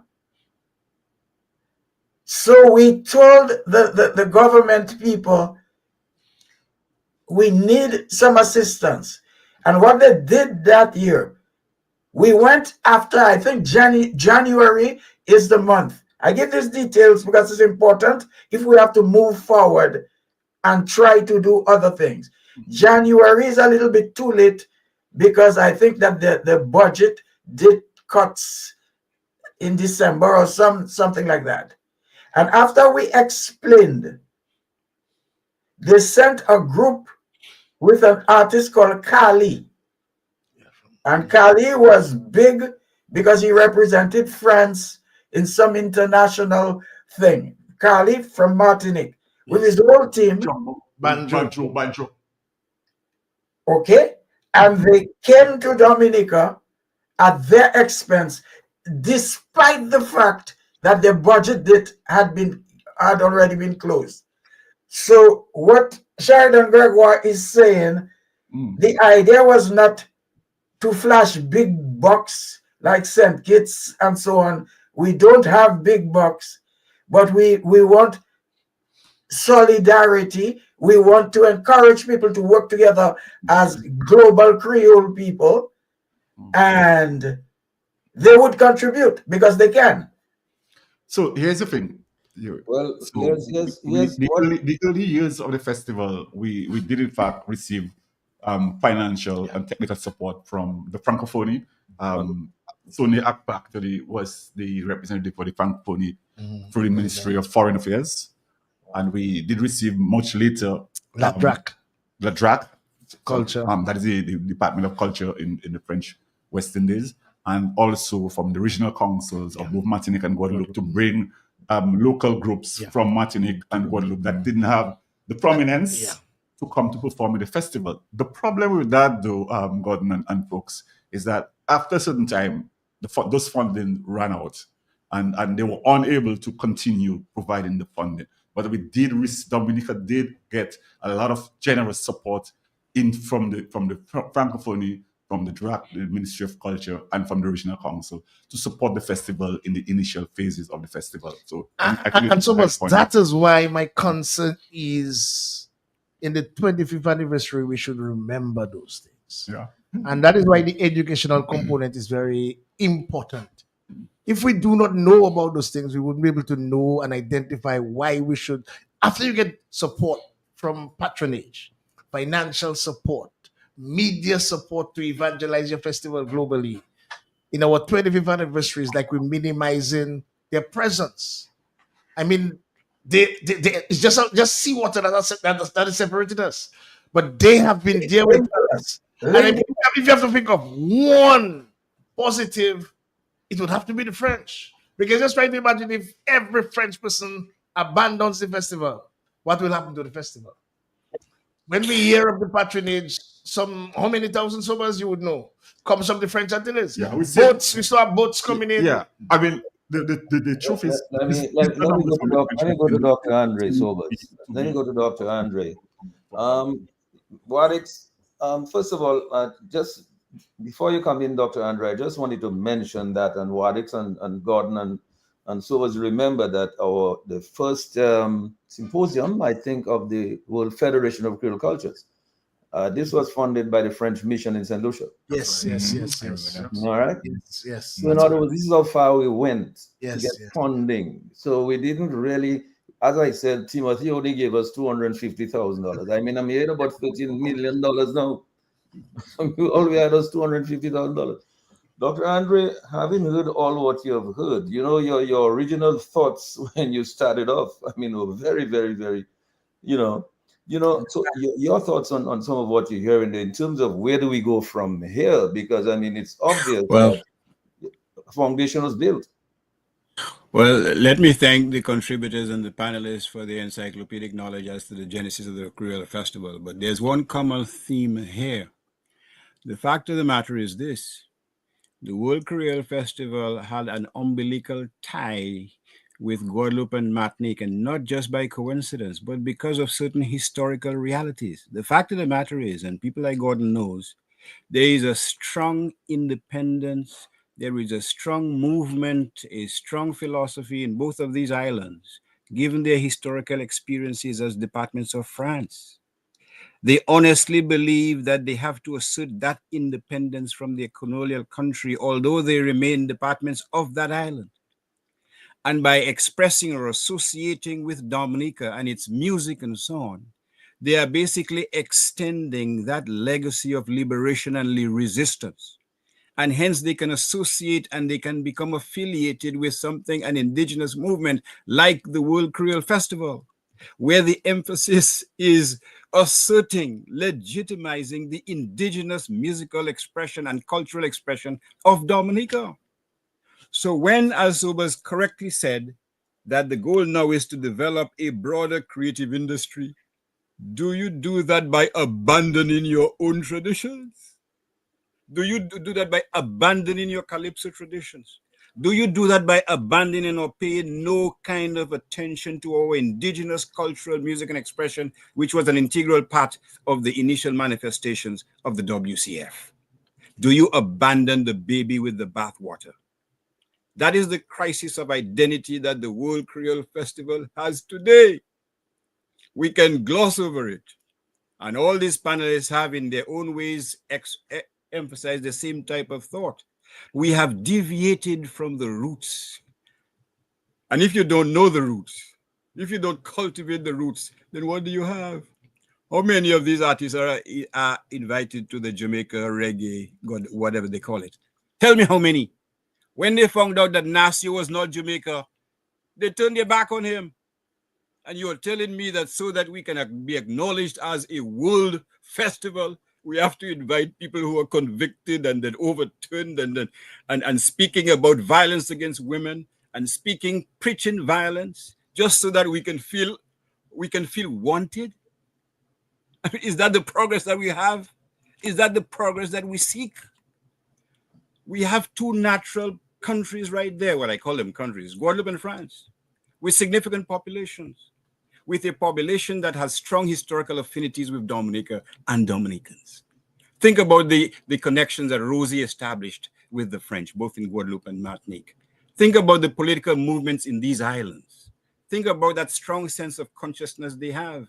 and their willingness to come to Dominica because they feel that they are part of a greater entity, a cultural entity, unified by a certain type of linguistic tradition. Are you telling me that today, 2025, we're abandoning that? Where is the poster celebrating or acknowledging the contributions of these gentlemen and others, other than mentioning Jeffrey Brisbane? Where is the recognition and the honoring of these folk for their tremendous contribution? I don't see it because we have abandoned it. We're evolving, Gato. We're evolving while destroying by neglect some of our own traditions. That cannot be the legacy of the World Creole Festival. Otherwise, it has just become, as somebody wrote on the internet, a giant bacchanal. That is the thing. What values is it promoting? You tell me. Well, as Gordon said, the whole business of the boogie, I think that's for another day. What values? Think of this French bands. Think about Freddie Jean when they talk about, say, Africa nous sorti. Think about Skacha. Think about the lyrics that they have. Think about Magnum Band. You know, think about the music, the lyrics of some of their songs, the richness of it.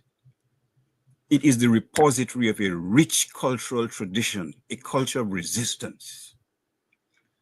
And that is integral, in my respectful view, to the genesis of the World Creole Music Festival. And yes, you can evolve. Yes, you can reach out, but not at the expense of your own musicians, traditional, whether it's calypso and some. We should be broad enough to embrace all forms. We should be broad enough to embrace even those musicians who may be critical of the government. You think Trinidad can have a music festival and exclude all their famous calypsonians, even those who criticize the government? You really think so? They can't. We have to get out of this narrow-minded, selfish, atavistic, polarizing mentality, and we have to recognize it for what it is. We talk about the Creole, we talk about funding, but if you are giving over 12, 13, 1,400 free tickets to violent supporters, then you must charge a whole bit of money for people to come in, because taxpayers are funding this thing, this extravagance. Now, if you're trying to be fair, then you'll have a lottery and say, okay, we have 1,500 tickets. We roll a dice as in bingo. Whichever name comes up, we'll get a free ticket. Is that what's happening? Is that what's happening? No. It's become a whole politically motivated bacchanal, and we have to call it exactly what it is. Thanks, Irving. Ollie, you wanted to have a word? There's a call on the line, I think. Let's see if the person is still on the line. Let's take the call. Take the call. Good evening. Yes, good evening, gentlemen. Good evening, sir. A very esteemed panel, and thanks for the education. I just want to strengthen the point that Gordon and Wadix was making in terms of the importance and the value of the French island, Martinique and Guadeloupe. We operate a small guest house accommodation facility in the center of Roseau, and we have a group that has attended the festival for 25 years. And the spin-off from that is they also used to bring down a hiking group from Martinique. And as of recently, because of the connection of the Creole Festival, they actually brought down a group of female cancer survivors, which are spin-offs that our accommodation facility gets as a result of the relationship that we've grown with that group from Martinique that comes to 22 people. In fact, our facility they have overgrown the demand for our facility, and we've stretched our hands out to include other people within Roseau.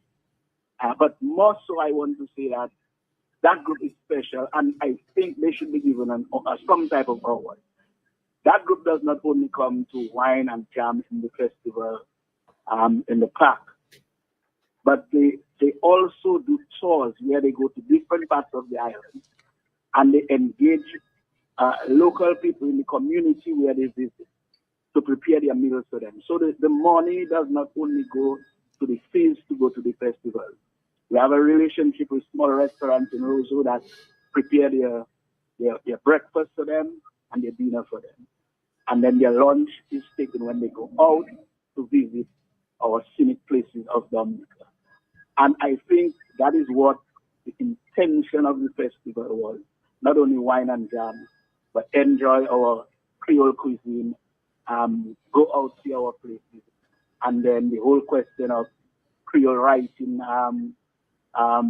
seminars and workshops so that we can continue to build on the Creole culture. But great program, and whoever is hearing, I think that group from Martinique, Wadix, have your contact, we can talk further about that. But these people need to be recognized. Thank you and good evening, gentlemen. Thank you very much, caller. Thanks a lot for that. Ollie, did you want to make a contribution? Yeah, quick contribution here, insofar as it relates to our indigenous music and how. Call is coming in. Ollie, Okay, good evening to you, caller. Let's take a call.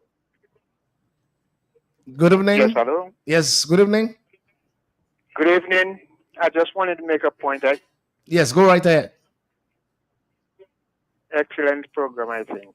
I have always been lamenting the absence of or at least our top 5 Calypsonians to grace the stage, the world Creole music, because Creole was Calypso was first sung in Creole.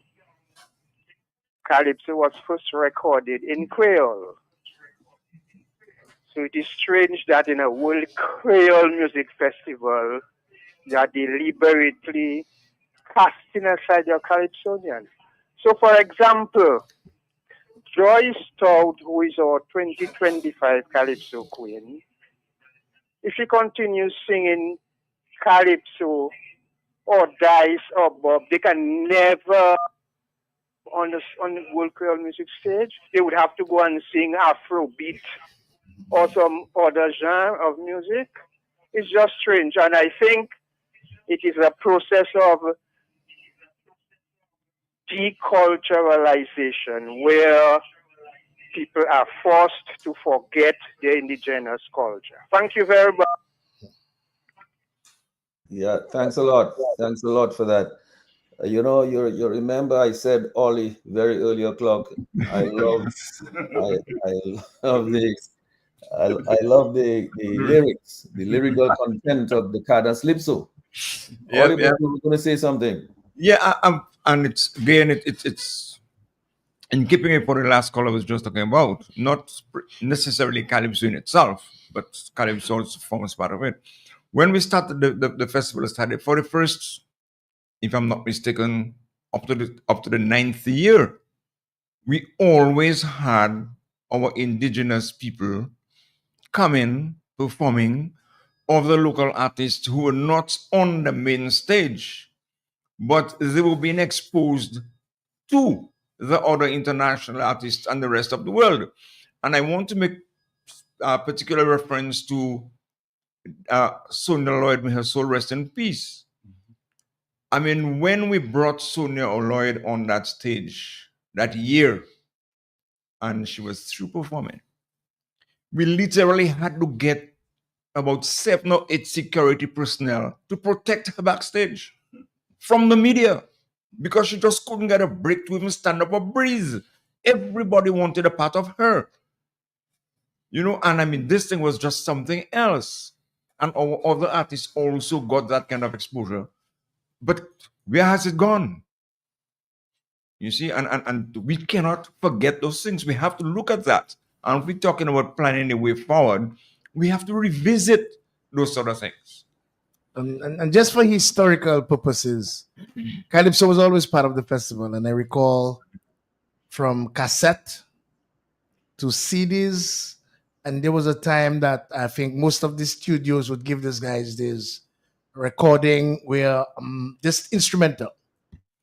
And then later I can recall when I became band selection chairman, we added them with swinging stars because there was a serious problem with whilst the Calypsonian was singing, they could not hear themselves because the next band preparing to play was already doing their checks. So it was better you just bring them with a band. So both Swinging Stars and Fanatic had that privilege to back up Calypsonians. But I just wanted to make this a couple quick points. We brought in the Louisiana component. Zydeco. Both Buck with Zydeco and Nathan and Zydeco Chachas, which was a different type of Creole music. We could have explored that avenue, is American, and it's a new clientele we could have explored. And when we look back, we also brought in the Canela band from Cuba. And I think we hardly paid anything for the Canela band, an all-female band, which was to add some variety because our foundation is Franco Creole, but there's also Spanish Creole. You invite as other aspects to widen people's, let's say, appetite. But then, whilst I appreciate this year's festival because I saw a strong Calypso component, I must say, I am satisfied with the Calypso component, although I think we should get a place for people like Lobster, White Ferry, who is a four-time Calypso champion, even if to sing with one of the sets. And even that young lady, she sings Calypso and reggae and everything else. Abia. She has an album. While she's speaking about Dice, Fitzroy Williams made a Calypso album for Dice. Fitzroy Williams made a Calypso album. When Gordon told me we need to highlight Fitzroy Williams at the Cadas Festival a couple of years ago, Fitzroy Williams chose Dice to sing his entire set.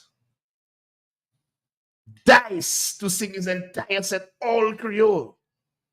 And Fitzroy Williams produced an album, his personal solo album, with Dice singing all the songs in Creole. So it is not a matter of limiting or having any animosity. I believe 25 years, if we're trying to spread the genre base and the talent base, I think, we should have at least look deeper into where we could expand some continuity. I think it is done well with the Bouillon. In the Bouillon section, you can see the old Serenade and CK going way up to the Triple Ks and the Signal with the younger guys. I think that aspect of it is marvelous. But then for the Kadas, I felt that you need, because there are people that are interested in singing Kadas, but you have to expose them. Jerry Lloyd have several Calypso songs. Why not a gospel component to Kadas? You understand where I'm coming from? And then the Franco, the French Antilles, my God. We deliberately made Zouk All-Stars while I was band selection chairman to have at least 2 from Martinique, 2 from Guadeloupe to make sure they are always present. It cannot be music anew without the French. And very critical, Gordon Henderson, there's a song he just wrote and released.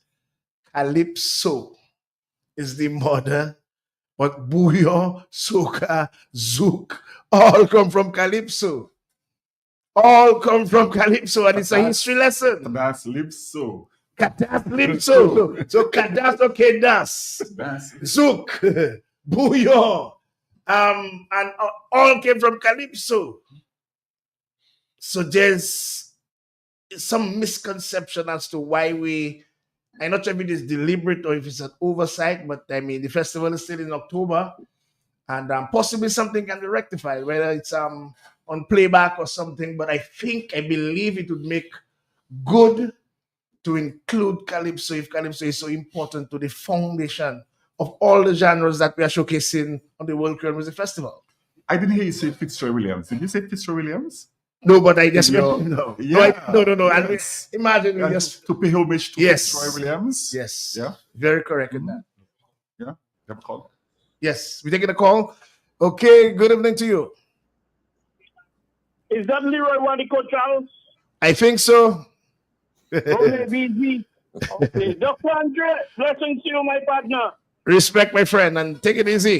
Bless you too. Blessings to you all. Blessings to you all. Just quickly. This afternoon we were there discussing. It was this morning, and we were talking about the madness having to do with vice cartel. We're hearing about $3 million or $4 million, and as a role model, so to speak, based on all what we have in Dominica, to add insult to injury, bringing in somebody with such, a bad rap based on his recent or his previous conviction, and now he's out being a celebrity coming to Dominica to perform. So we were there talking on those lines. We talk about, oh, look, Trump is the president, and Trump is this, and we there in our argument. You know what was the breaking news, Wadix and all you? Listening. A drive-by shooting. 3 guys get shot, 1 guy get killed. By alias sponsors, the guys that looking to go to the cable car to work and stuff like that. And that is the immorality we are driven by based on fashion, based on the latest craze, the trend, the fashion, the style, but everybody doing it. What exactly is the term? But I'm that. You have heard that, buddy? Of course. Oh, you know what plastic lose all his toes? I'm that. Go and cut your toes too. You hear Mr. drinking so much rum? I'm that. Oh, he's smoking high grade, get mad? I'm that. What kind of ridiculousness is that? And when I tell Matt, it's not even the time. When I tell Matt, I was about to say something, Matt, when he came and break the news this afternoon. But I say, the lady was crying in the recording and all of that, and I just left it. But I say, we were just discussing that immoral inclusion, so to speak, of a vice cartel that just come out of jail for murder. We're going to pay him so much money to come to Dominica to further influence our Navy SEALs and our snipers. Have a bless, my gentlemen. Oh, bless my too. Yep. Now, Sobers, Yeah. where do we go from here? Yeah. So I think one of the issues that have emerged from our conversation tonight is clearly to look at the music element in so far as the festival makeup is the lineup. So we have to look at that very critically.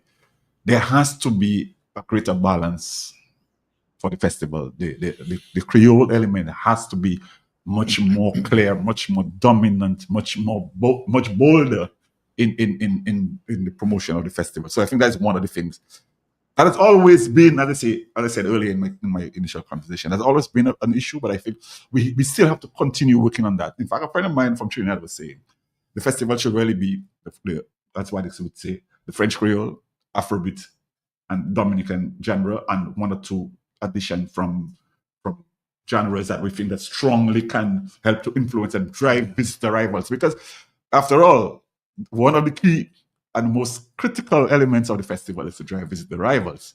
So we have to bear that in mind, and we have to bear in mind as well who are the current consumers of festivals in Dominican and Caribbean. So that is something that has to be top of mind when we are looking at that. So that's one thing. The second thing is, as I said earlier, and I want to reiterate it again, that we should focus a lot as well, not just on the building of a festival by itself, but look at the broader cultural industries. That we have to invest much more in the building of creators in film, in design, in theater, and performing and visual arts. And that has to be done at the community level, and that has to be done at the schools level. We must have more programs in the schools, in music. So music education. And so whether we put it between 8 and 1 or we put it after school, it doesn't matter to me. The important thing is that we have to invest more in music education in our school system. We have to invest in theater and theater development. I mean, one of the greatest theater personalities from the Caribbean was Son Dominica. I'm talking about This Is Alwyn Bully. And we need to build on his legacy. I am saying that a Dominican created a genre of music 50 years ago, 60 years ago. And so we need to honor him, one. But secondly, 51 years ago. Yeah. 52 years ago. But here's the thing. 73. So I'm saying that we need to get to young people to play music more. So create band houses like in the old days, Wadix. Yeah. Oh, yes. Mhm. So incubators, build music incubators. What is call them factories? In Maho, in St. Joseph, in Salisbury, wherever. In Maho, we try to do the same thing. We want to build a music factory for young people to play music. But we want to teach, we should be teaching our young people art and design. Our art programs in our schools really lacking. I think we probably have 1 or 2 art teachers in the school system. And I say all this to say that all of those elements, when they align, coming together, is what's going to really build and propel Dominica's creative economy to the next level. Yes, there are issues that will always influence decision-making, policy-making.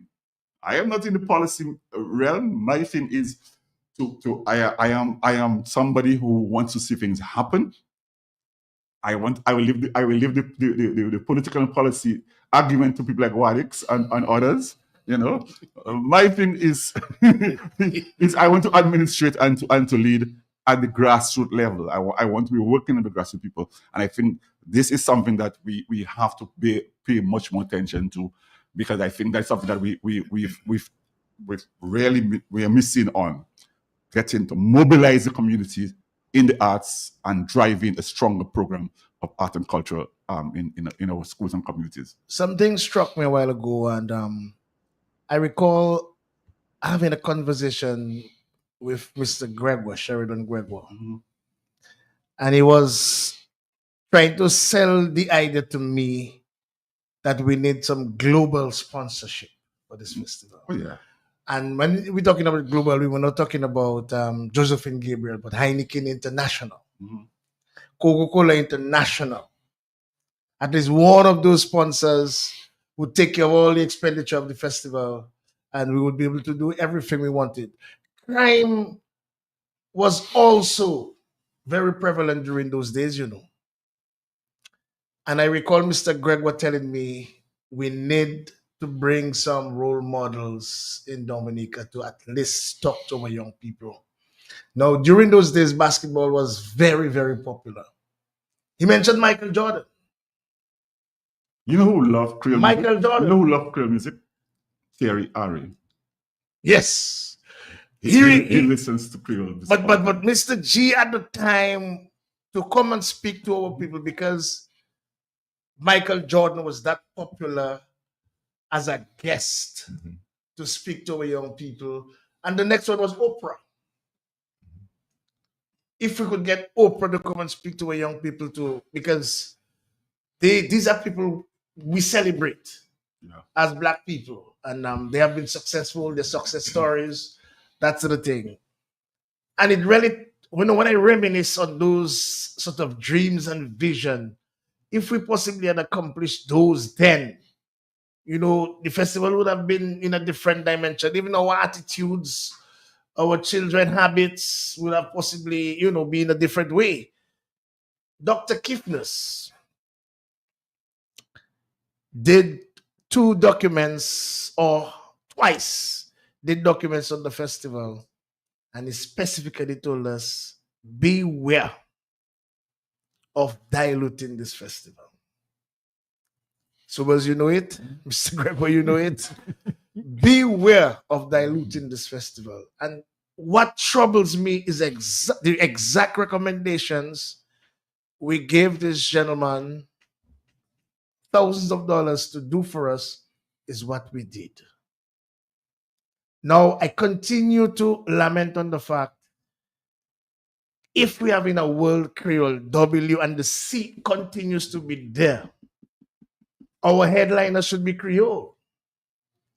And we can invite whoever we want as invited guests to our festival.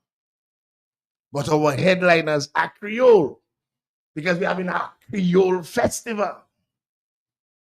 And we can invite whoever we say that is trending to be part of the celebration of our World Creole Music Festival. I strongly feel this year in particular, as we celebrate our 25th anniversary, we should not make the mistake not to honor those who pioneered this festival. Because I have listened to a few speeches and I didn't hear that. We still have time because there will be several other speeches and several press conferences. I do hope, especially those who were really the founding members. Right now, Mr. Timothy is not that well, but he was very instrumental in giving the funding. I remember we used to have opening and Mr. Timothy used to give speeches at the opening of the festival. Right. Norris Frevo was the Minister of Tourism then. The members that were there from the beginning. Very importantly, and maybe like Sobers worked at the NDC, Mr. Gregory worked at the NDC, Mr. Fedel worked at the NDC, myself and Oliver. Ronald worked at the NDC. Yeah. Worked for 5 years for free. Absolutely free. For free. Why? Because we knew, we believed in the vision. We believed in the vision that one of those days, this festival is going to be the biggest thing. Okay? No, it doesn't mean that Sobers and them didn't work for free, but they were working at the NDC. Mm-hmm. Get the salary. And getting a salary. And the boss of the NDC was Mr. Sheridan Gregoire. But people like me and Oliver and Kamala and Gordon Henderson. I remember I think Gordon brought down the whole LIB through his own pocket. For free. So those little things were difficult because we sacrificed. I remember 9 o'clock on that Friday night, and we hardly had 100 people in the park. And Eddie keep walking around, don't worry about it, come man. And we roughly had less than 1,000 people the first night. But we had a light going all around town. Some kind of light. And people keep wondering, what kind of light is that now? And when people heard the sound, because we never had sound like that, that is what made them come the second and the third night.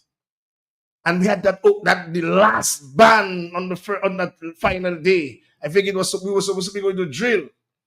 Yep. And Tabu Combo played music. Mm-hmm.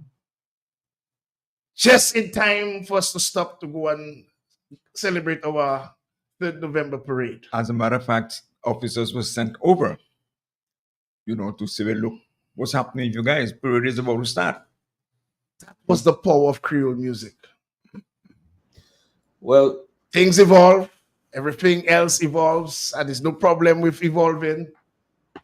But it's either we change the name to a World Music Festival, but if we have to maintain the Creole, please, let us not prostitute it.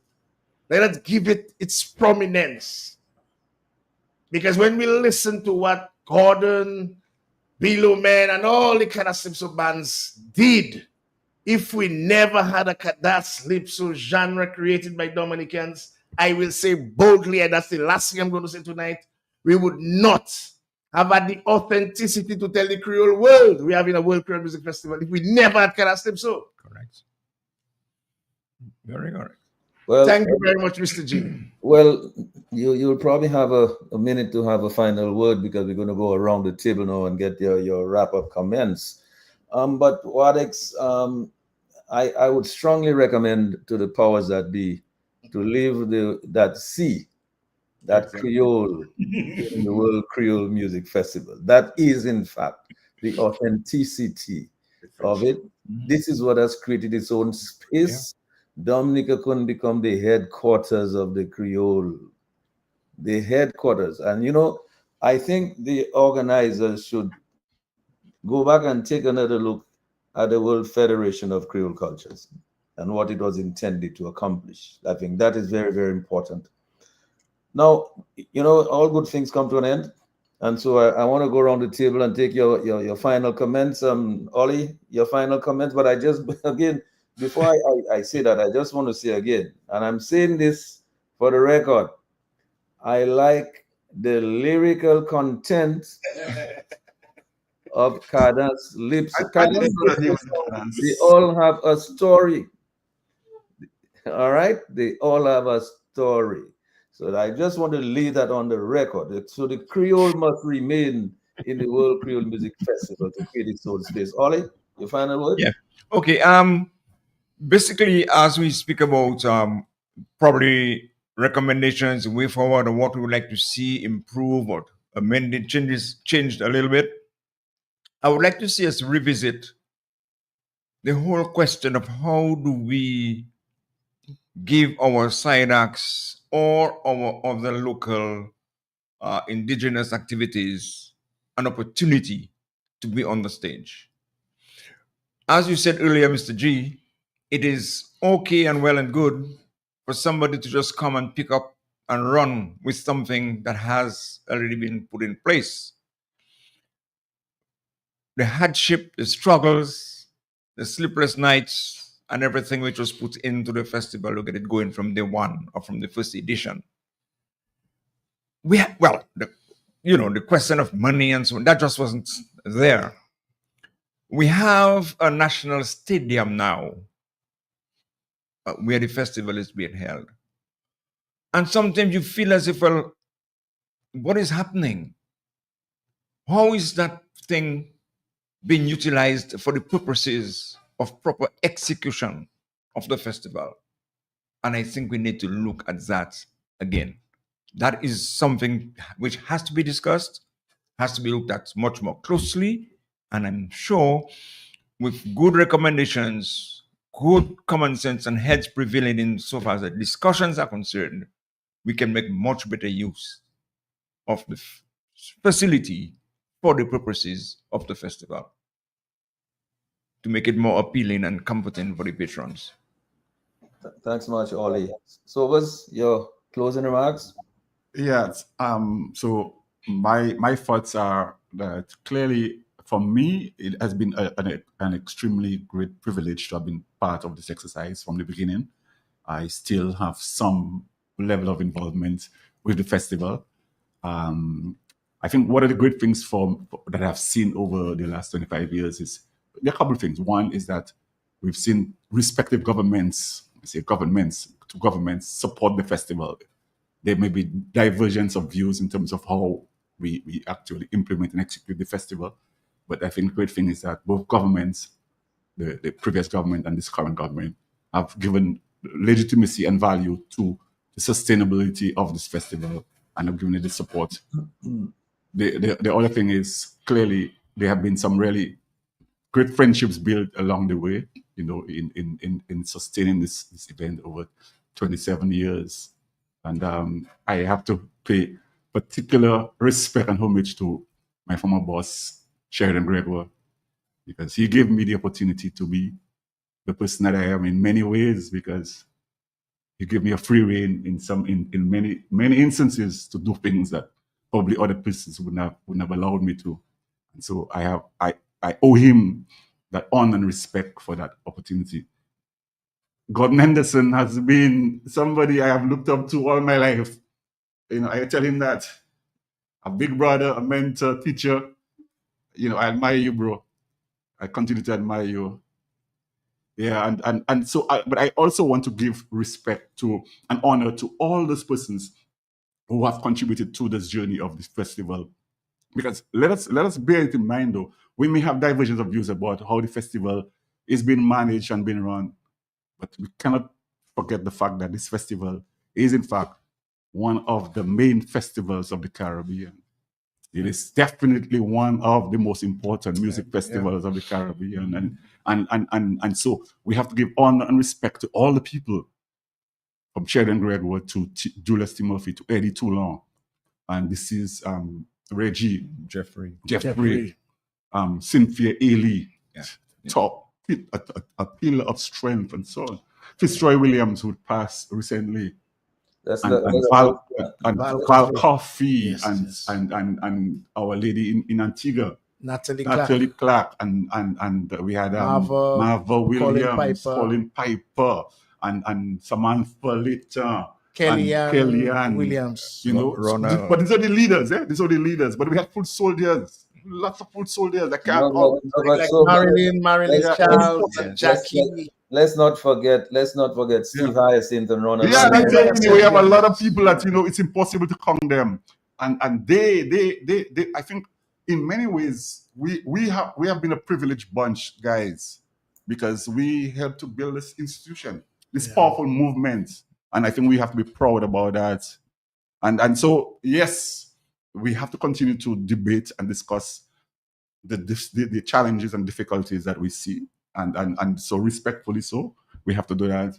I think what I would like to see happen is, beyond the staging of the festival, that the DFC and the Ministry of Tourism, we can have some dialogue on to look at in more detail some of those issues, and to come to some understanding. So, for example, one of the things I think that we have to do is to have master classes and training programs around the festival. So not just the Creole language program.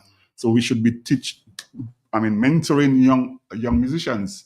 We should be bringing producers and buyers of music to Dominica during the festivals. So we should create a marketplace during the festival. I believe also we should in fact incorporate periods for showcasing outside of the festival stage, where we can emerging talents can be showcased, and so they can be looked at and supported in many ways. I think also that we should be doing training for stakeholders around the festival. We talk about the entrepreneurs who are investing around the festival time. So the people who do the barbecues, the people that run in the small shops. And so what are the problems that they face? How we can help them, access to capital, access to technology to market their stuff, to doing proper inventory and those kinds of things. So there are lots of things that we can do to build a strong ecosystem or to strengthen the festival ecosystem going forward. So thank you guys for the opportunity tonight, and I am available always to contribute my own bit. Yeah, thank you, Lord Sobers. And as I go to you, Gordon, for your closing remarks, I just wanted to say too that this Creole Music Festival, one of the main functions, it should be an incubator for music and musicians. Your closing remarks, Gordon. Okay, quickly, since I noticed that among the many salient points that Dr. Andre Rose was the inclusion of Calypso, we noticed a voice that I recognize for having been at the SMA hostel. He raised the same point, the inclusion of Calypso. Yeah.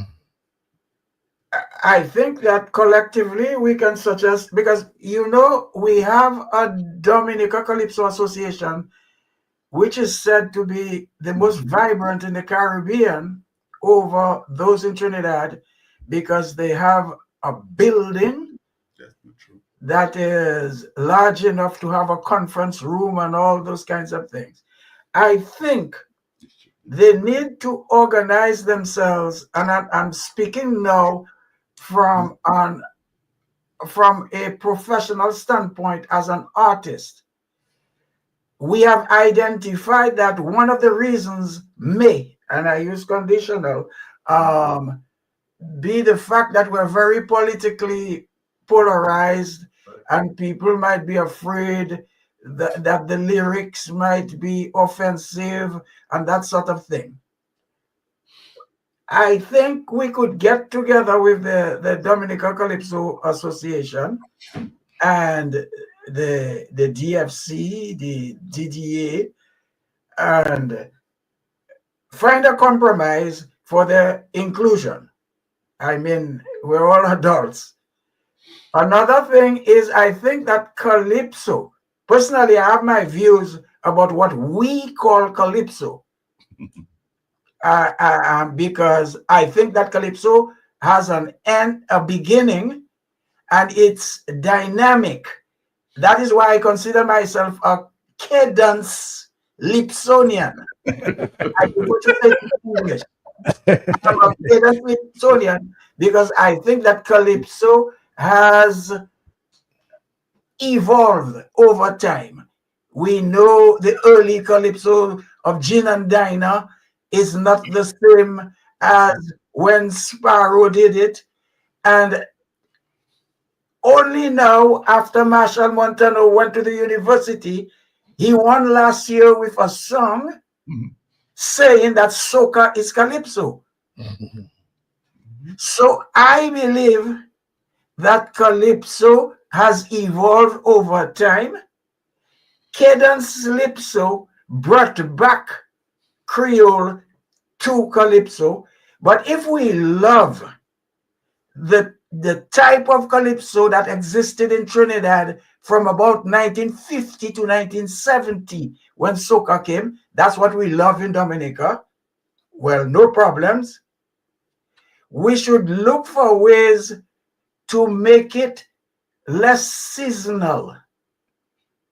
Yeah. And I'm speaking from a personal standpoint because at my age, if I am contracted, I said I'm traveling in 2 days, and I limit.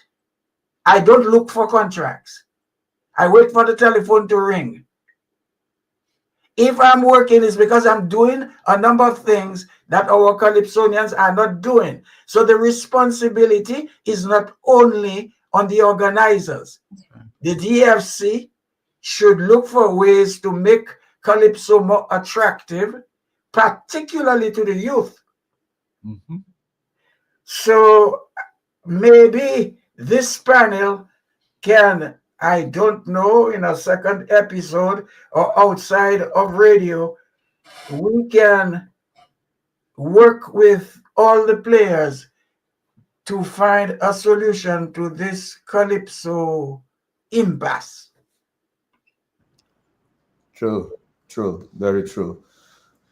Wadix, your closing remarks? All right. I think this year's lineup is a much improved lineup from the last few years. I believe there is some returning to the Creole component. I think it's a solid cadence calypso component. You have the king, you have the queen, you have the princess, you have Harry Butts, you have Gilles Fontaine. You know, I mean, this is to me that's a solid cadence calypso component. You can't forget the Kings, Midnight Groovers. I think I would have loved to see the cadence, and I hope not the cadence, but the zouk component strengthened, mainly because of our relationships with the French Antilles and how important zouk was to the whole vision of Creole music and the Creole festival. Mainly because Guadeloupe, Martinique, Dominica, nous c'est la même quoi. And I believe that if we're really serious about music à nous, you know, we should have really thought of how we could have embraced them more.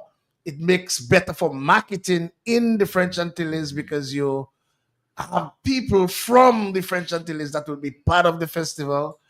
So I'm not sure if it can be rectified because the amount of artists I heard, I'm not sure if it would have enough time.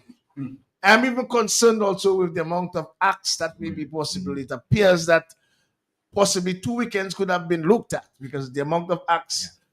Because what you want, Creole music is expressive music. If you listen to cadence calypso music, it is like a composition, an English composition. You have the beginning, you have the body and you have the conclusion. There is a lot of improvisation. There's a lot of instrumentation involved in Creole music. If you listen to Creole music, it is not like just the one style music of a lot of genres today. Musicians need time to explore their repertoire. Somebody like Gordon would have to condense 53 or 54 years of music in half an hour, in 45 minutes. And he was the icon in the center of the first edition of the World Creole Music Festival. So while I'm happy there's an improvement, and I believe it may just sell the festival this year in massive numbers, I think we shouldn't overlook the importance and the value. And we shouldn't be ashamed of our Creolity. We shouldn't be ashamed to say we are Creole people. We shouldn't be ashamed of our Creole identity and Creole music.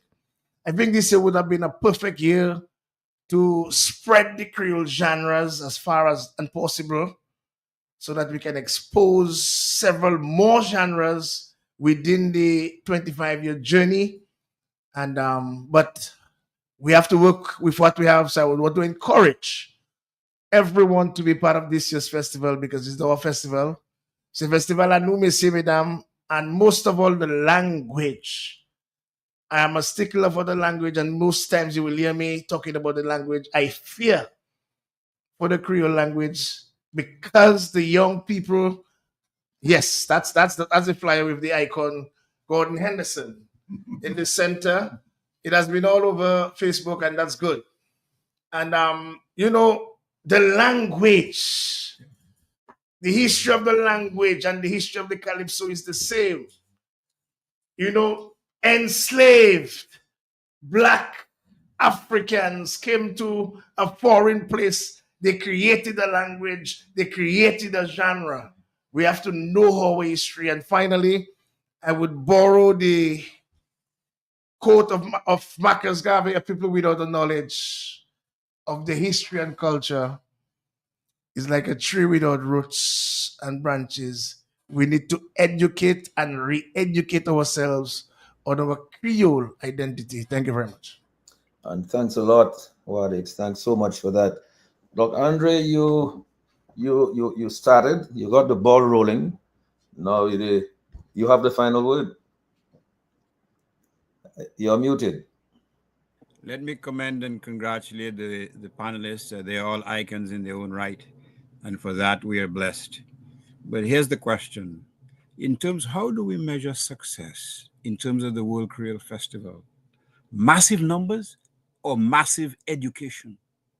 If we have musicians who are preaching, for example, sexual intimacy between adults and teenage children, how successful are you? If your major draws are preaching violence or glorifying drug or the gang culture, and the young people become delirious as to that message, what do you expect? How successful are you? What about the music that speak to your history of liberation, of resistance?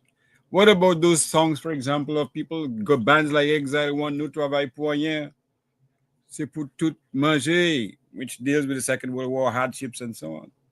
What about music of the Gramax? What about music of the Midnight Groovers? What about music which seeks to uplift the experiences of your people? Does that factor into your definition of success? Or is it something to be cast by the wayside because say numbers would play? Irrespective of the repercussions on your community, you are building a community. You are building an independent, proud Black community with values, with pride, with dignity. That should be an integral component of your definition of success. You can't simply measure it by the number of persons who come.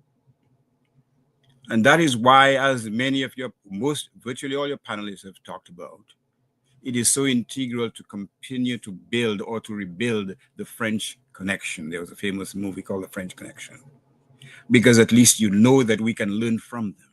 You know that we can profit from them. We know that we can generate income from them without the collateral damage on the psyche of young Dominicans. So that, yes, we can talk about success. Hotel room full, Gasa. Bix being sold on the wayside. This is a component of success, but is that the major component? Are we building a community? Are we empowering our people, irrespective of the political affiliation?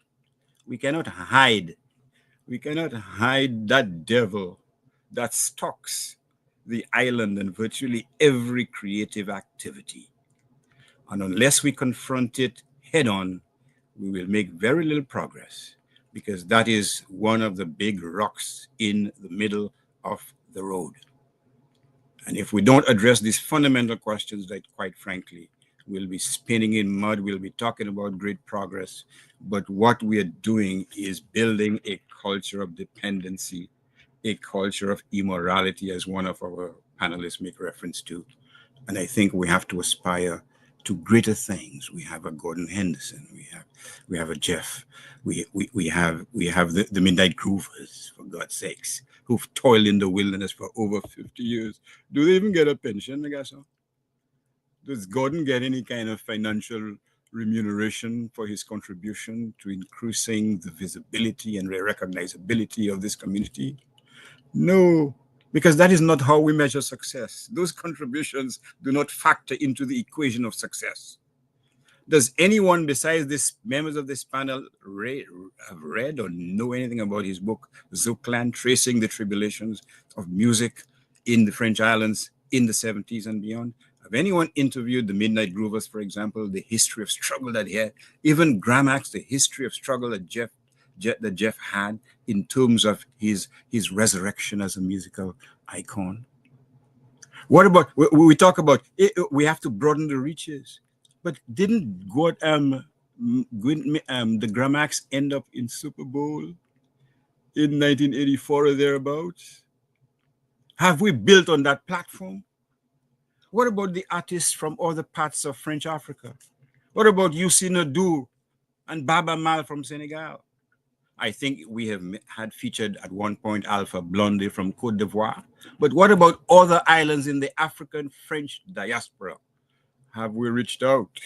If it's numbers we're looking for, have we done as good a job as we can to reach out to the diaspora and to form this broad coalition, this broad archipelago of French people looking to this minuscule island in the Caribbean as the center, as the alpha and the omega of musical expression with a Creole orientation? There is work to be done, my friends, but I should say that you have made a tremendous contribution. I should indicate also that Wadix's program on Friday night at 8 o'clock is certainly one of my favorites, in addition to other programs. So, folks, continue toiling in the wilderness. Hopefully, the time that you've been treated as the proverbial prodigal son, hopefully that time will be no more. So I thank you for your listeners, Mr. G.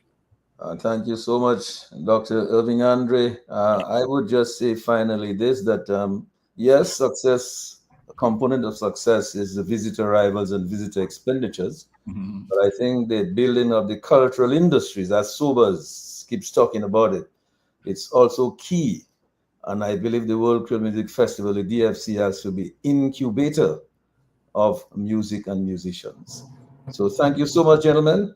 I mean, you all made a tremendous contribution tonight, and I'm very pleased to be associated with great men like this who are the foundation of the World Creole Music Festival. I mean, all of us are not here tonight. Some could not make it, and some have gone to the great beyond. But I think it was a privilege for us all to have started this initiative, which, as Sobers, as Wadix has said, successive governments have continued it. But I do hope that they will take some advice from some of the words that were repeated here tonight in terms of shaping the future. I mean, after 27 years, it's not 25 years, Wadix, it's 27 years. 7 years. Yes, for 25 edition. Edition. Well, the 5th edition, but it's 27 years. Yes, Yep. yes. Correct. Right, and this really should be the launching pad to take the thing into the future. And I think some of the words expressed here tonight could be good advice for the powers that be to think about. So I thank you so much for being here tonight. Thank you so much for the people on Facebook and YouTube who stuck with us until now. and say good night to everybody. Maybe we might come back and do another one sometime, depends on how things go. Because this talk about calypso, I think maybe we need to do some a discussion on that to pay some justice to the whole question of calypso and its role in the World Creole Music Festival. So good night, everybody. Take Thank care. you. Good night. Thank Good to you, see you, Mark. Gordon. Great work. All right. Take And care, the others. everybody. Sobers. Yes. What's up? Take care. The Global View on Q, the big station. Insights into where the people of Dominica and the Caribbean came from. Understanding our past. Embracing our present. Charting the way forward into our future. Together, eliminating poverty. Embracing justice, peace, and togetherness. The Global View on Q. Networking Dominica with the rest of the world. The experts are in the house. From Dominica, Canada, the Caribbean, the United States, Europe, Asia, and the rest of the world. Engaging all Dominicans at home and abroad on our agriculture, our economy, our foreign relations, our justice system, our